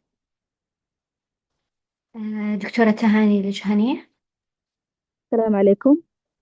حياك الله. الله يحييك دكتورة مها. تفضلي. يعطيكم العافية جميعا. أنا كنت رافعة يدي أنتظر الفرصة، فيعطيك العافية دكتورة مها. أول شيء أنا حابة أشكر كرسي الأدب السعودي ممثل بسعادة الدكتور إبراهيم الفريح على هذا الموضوع القيم الحقيقة، اللي فيه دمج ما بين الإنسانيات والطب وخاصة الأدب. طبعا موضوع جدا قيم ومهم، وهذا طبعا من المواضيع اللي تثري الفكر والبحث العلمي. الحقيقة كان مداخلتي في نقطة أعتقد أنها هامة وحبيت أناقشها معكم. أنا طبعا تخصصي علم اجتماع، عضو هيئة تدريس في جامعة الملك سعود، وكنت دكتورة والزملاء جميعا أعتقد أهمية الدمج بين الموضوعين، من ناحية طبعا الأدب ودوره الحقيقة المهم في كيف أنه يساعد التخصص الطبي في فهم المرض تحديدا، وخاصة طبعا في الورقة أو الموضوع اللي تحدث فيه الدكتور جعفر مشكورا، اللي هو يخص الألم. الحقيقة يعني لو نرجع، هو طبعا الدكتور مشكورا أعطانا أمثلة كثيرة. لو نرجع لموضوع الألم وكيف تم تناوله في الأدب، سواء كان في الشعر أو غالبا عندنا احنا في الأدب العربي أكثر شيء ممكن يكون في الشعر، أو حتى في الأدب الأجنبي أيضا. ممكن يعني المرض الواحد كيف يتم التطرق له في الأدب، سواء الأدب عموما، الأدبيات الإنسانية عموما. هذه أعتقد أنها تعطي فرصة رائعة للمتخصصين في المجال الطبي. وذكر الدكتور قبل شوي أنه في طبعا إنسانيات تدرس في الطب، إنه ممكن أنا كطالب في الطب وحتى الباحثين في العلوم الطبية يستطيعون أن يفهمون ما هو أو الألم اللي يشعر فيه مرض معين. هذا الشيء يخليهم أو يساعدهم في حتى التطور في هذا المجال الطبي، وكيف أنهم يستفيدون ممكن في ابتكار علاجات تساعد في تخفيف هذا الألم أو حتى تجنبه. الحقيقة أن هذا الشيء برضه يعطينا، والحقيقة أنا يعني أعتز كذلك بعضويتي لجمعية الأدب المقارن. كيف نقارن ما بين تجربة المريض في المجتمعات العربية وكذلك المجتمعات غير العربية في الأدب من خلال الأدب الحقيقة. فأنا هذه نقطة حبيت أثيرها وأتناقش فيها معكم. وتسمحي لي دكتورة محاولة بسيطة أني أبغى أنقل التعليق هذا باللغة الإنجليزية. So allow me to speak in English. First of all, I want to thank Chair of Saudi Literature, Dr. Ibrahim Al-Freih, about this meeting. I am Dr. Tahani Juhani, sociology assistant professor at King Saud University. I just want to talk about the pain actually in the literature and how it is reflected on medicine. I think the pain in literature, for example, at poetry, give us a good chance to improve medicine in any diseases, especially if for example, the patient have the gift to make a poetry and talk about his pain. I think this be a good chance to the medicine to improve a medicine to cure this disease. So this just one the idea I want to share with you. فشكرا جزيلا لكم على إتاحة الفرصة. Thank you very much. And this idea actually triggered a lot, and we were looking for the same thing to be maybe to be happening here. There is a lot of cooperation between medical schools and literary schools in teaching literature courses to practitioners, to medical students, in a way to teach them the skills you talked about, to teach them how to communicate, to teach them how to listen, to teach them how to express empathy, and this is a very important field. Lots of university programs were built that way, or built on that concept of cooperating with this concept of cooperation between medicine and literature. And there is a lot of contributions, let's say, of both the practitioners and novelists and writers and those educators or scholars in the literary field to lots of cooperations in that field, in the medical humanities, to build such programs. And that's what we are actually looking for. إذا كان عندك دكتور جعفر أو دكتور عبد الرحمن تعليق سريع على كلام الدكتورة تهاني. كلامها مهم جدا. كلامها يوضح أهمية الإنسانيات الطبية، أهمية أنه يكون فيها يعني يمكن التواصل. وإحنا الآن يمكن صرنا نشجع كثير التخصصات البينية الآن، وفي توجه كبير على تشجيع التخصصات البينية. فلو كان فيه عندك دكتور عبد الرحمن ودكتور جعفر تعليق على كلام الدكتورة تهاني، يعني تعليق سريع بما أن الوقت انتهى الآن. طيب لو تسمحي، أشكر والله الدكتورة تهاني على ملاحظتها القيمة جدا. وأنا بس أحب يعني أوجه رسالة للأطباء ولطلاب الطب، أنه تذوق اللغة وتذوق الإنسانيات الطبية في الروايات الأدبية كما ذكر الدكتور عبد الرحمن السلطان. هذه تعطينا فهم أعمق، تجعلنا فقط نفكر أن هذا الإنسان الذي أمامنا هو إنسان متكامل بمشاعر وبنفس وبروح وبجسد. لا ننظر فقط للجانب الجسدي، لأنه كما ذكرت في المحاضرة ربما يكون الألم هذا كامل والمعاناة منشأها نفسية ولا يوجد أي شيء آخر عضوي. فقراءتك وتوسعك ولو بالقليل باللغة العربية يعني التعمق فيها والتعمق في الإنسانيات الطبية، هذه سيفتح لك آفاق، سيجعل قوة مهارة التواصل بينك وبين المريض جدا فاعلة، مهارة التواصل الفعال، لأنه ربما يكون الطبيب يمتلك معلومات وعلم يعني دقيق جدا ويستطيع الوصول للتشخيص، لكن لم يوصل الرسالة بشكل فاعل للمريض. وإذا لم تصل الرسالة بشكل فاعل للمريض، سيفقد المريض الثقة، وهو أول رابط ما بين الطبيب والمريض، حتى يثق بهذا الطبيب ويأخذ بهذه المعلومة ويأخذ بهذا التشخيص ويأخذ بهذه النصيحة، لأنه لها أعظم الأثر تلك الكلمة الطيبة وفهم مشاعر المريض والإحساس بها والتعمق فيها، يجعلك توصل الرسالة بشكل أدق وأبلغ، وفرصة التزام المريض بالخطة العلاجية وبالتشخيص سيكون أفضل. فشكرا جدا لدكتورة تهاني على هذه الملاحظة، وهي إشارة أن تكون يعني أنتم في الجامعة دكتورة مها، دكتور عبد الرحمن، الدكتورة حنان، إنه تعزز هذه يعني تنمية القراءة أو تحبيب طلاب الطب والأطباء، لأنه ندرس بلغة مختلفة، إنه ارجع واقرأ فيها، خصوصا أنها يعني كثير منها مترجمة. أنا لا يحضرني روايات منها، لكن في كتب مثلا تتكلم عن السكر، في كتب، في روايات في الطب النفسي أو في معاناة، يحضرني منها كتاب مذكرات واجمة، هذه تعاني من ثنائي القطب وكتبت مذكراتها وهي في المستشفى. فكطبيب نفسي أو معالج نفسي عندما تقرأ هذه الكتب وهذه المعاناة سيكون فهمك الإنساني أدق وأعمق. ولو شاركنا برضو الدكتور عبد الرحمن مشكورا ما هي الروايات التي تسلط الضوء، حتى تكون يعني مسجلة في المحاضرة أو في الشات، فنأخذها ونقرأها وننشر وندعو لقراءتها. شكرا لكم. صحيح دكتور جعفر. دكتور عبد الرحمن، لو عندك بس تعليق سريع في دقيقة. أقل من دقيقة. أنا شكرا دكتورة تهاني وشكرا لكم، وأعتقد اليوم بعد ودنا لا نحصر مثل هذه القراءات فقط في الكتب المطبوعة، بل أعتقد اليوم حتى الدراما، المسلسلات الطبية والأفلام اللي تسلط الضوء على مثل هذه الحالات مهمة جدا، سواء على مستوى المريض أو حتى على مستوى الطبيب أو الممارس الصحي. وهي فرصة حقيقة لدعوة كرسي الأدب السعودي لتبني مثل هذه المواضيع وطرحها بشكل أكثر اختصاصية، أو حتى تسليط الضوء على مثل هذه النصوص في الأدب السعودي. شكرا لكم، الله يحفظك. شكرا لك دكتور عبد الرحمن. Last comment from Professor Jordan or Professor Mangam, if you have any remarks, any last comment you would like to add.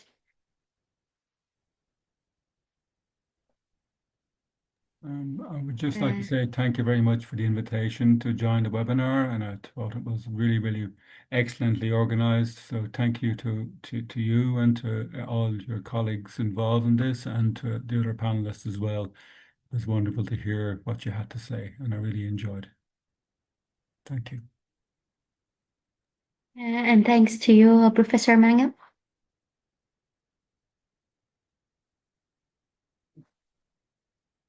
I'm not sure if he's still with us, Professor Andrew Mangam. If you are with us, you can just give us a last remark in a minute or less. دكتورة حنان، نسمع منك في أقل من دقيقة. لا، جلسة فعلا مثرية بجميع المقاييس، يعني يعني فتحت لنا نصوص ومجالات أدبية بإذن الله يستفيد منها الجميع في البحث والقراءة إن شاء الله والاستمتاع. شكرا جزيلا. شكرا لك دكتورة حنان، وشكرا للجميع. الكلام في هذا الموضوع أتوقع أنه لا نهاية له. كل شكل أدبي يمكن نقدر نفرد له موضوع أو نفرد له ويبينار مخصص له، سواء في الشعر، في المسرح، في الرواية. تناول هذا الموضوع طبعا مهم.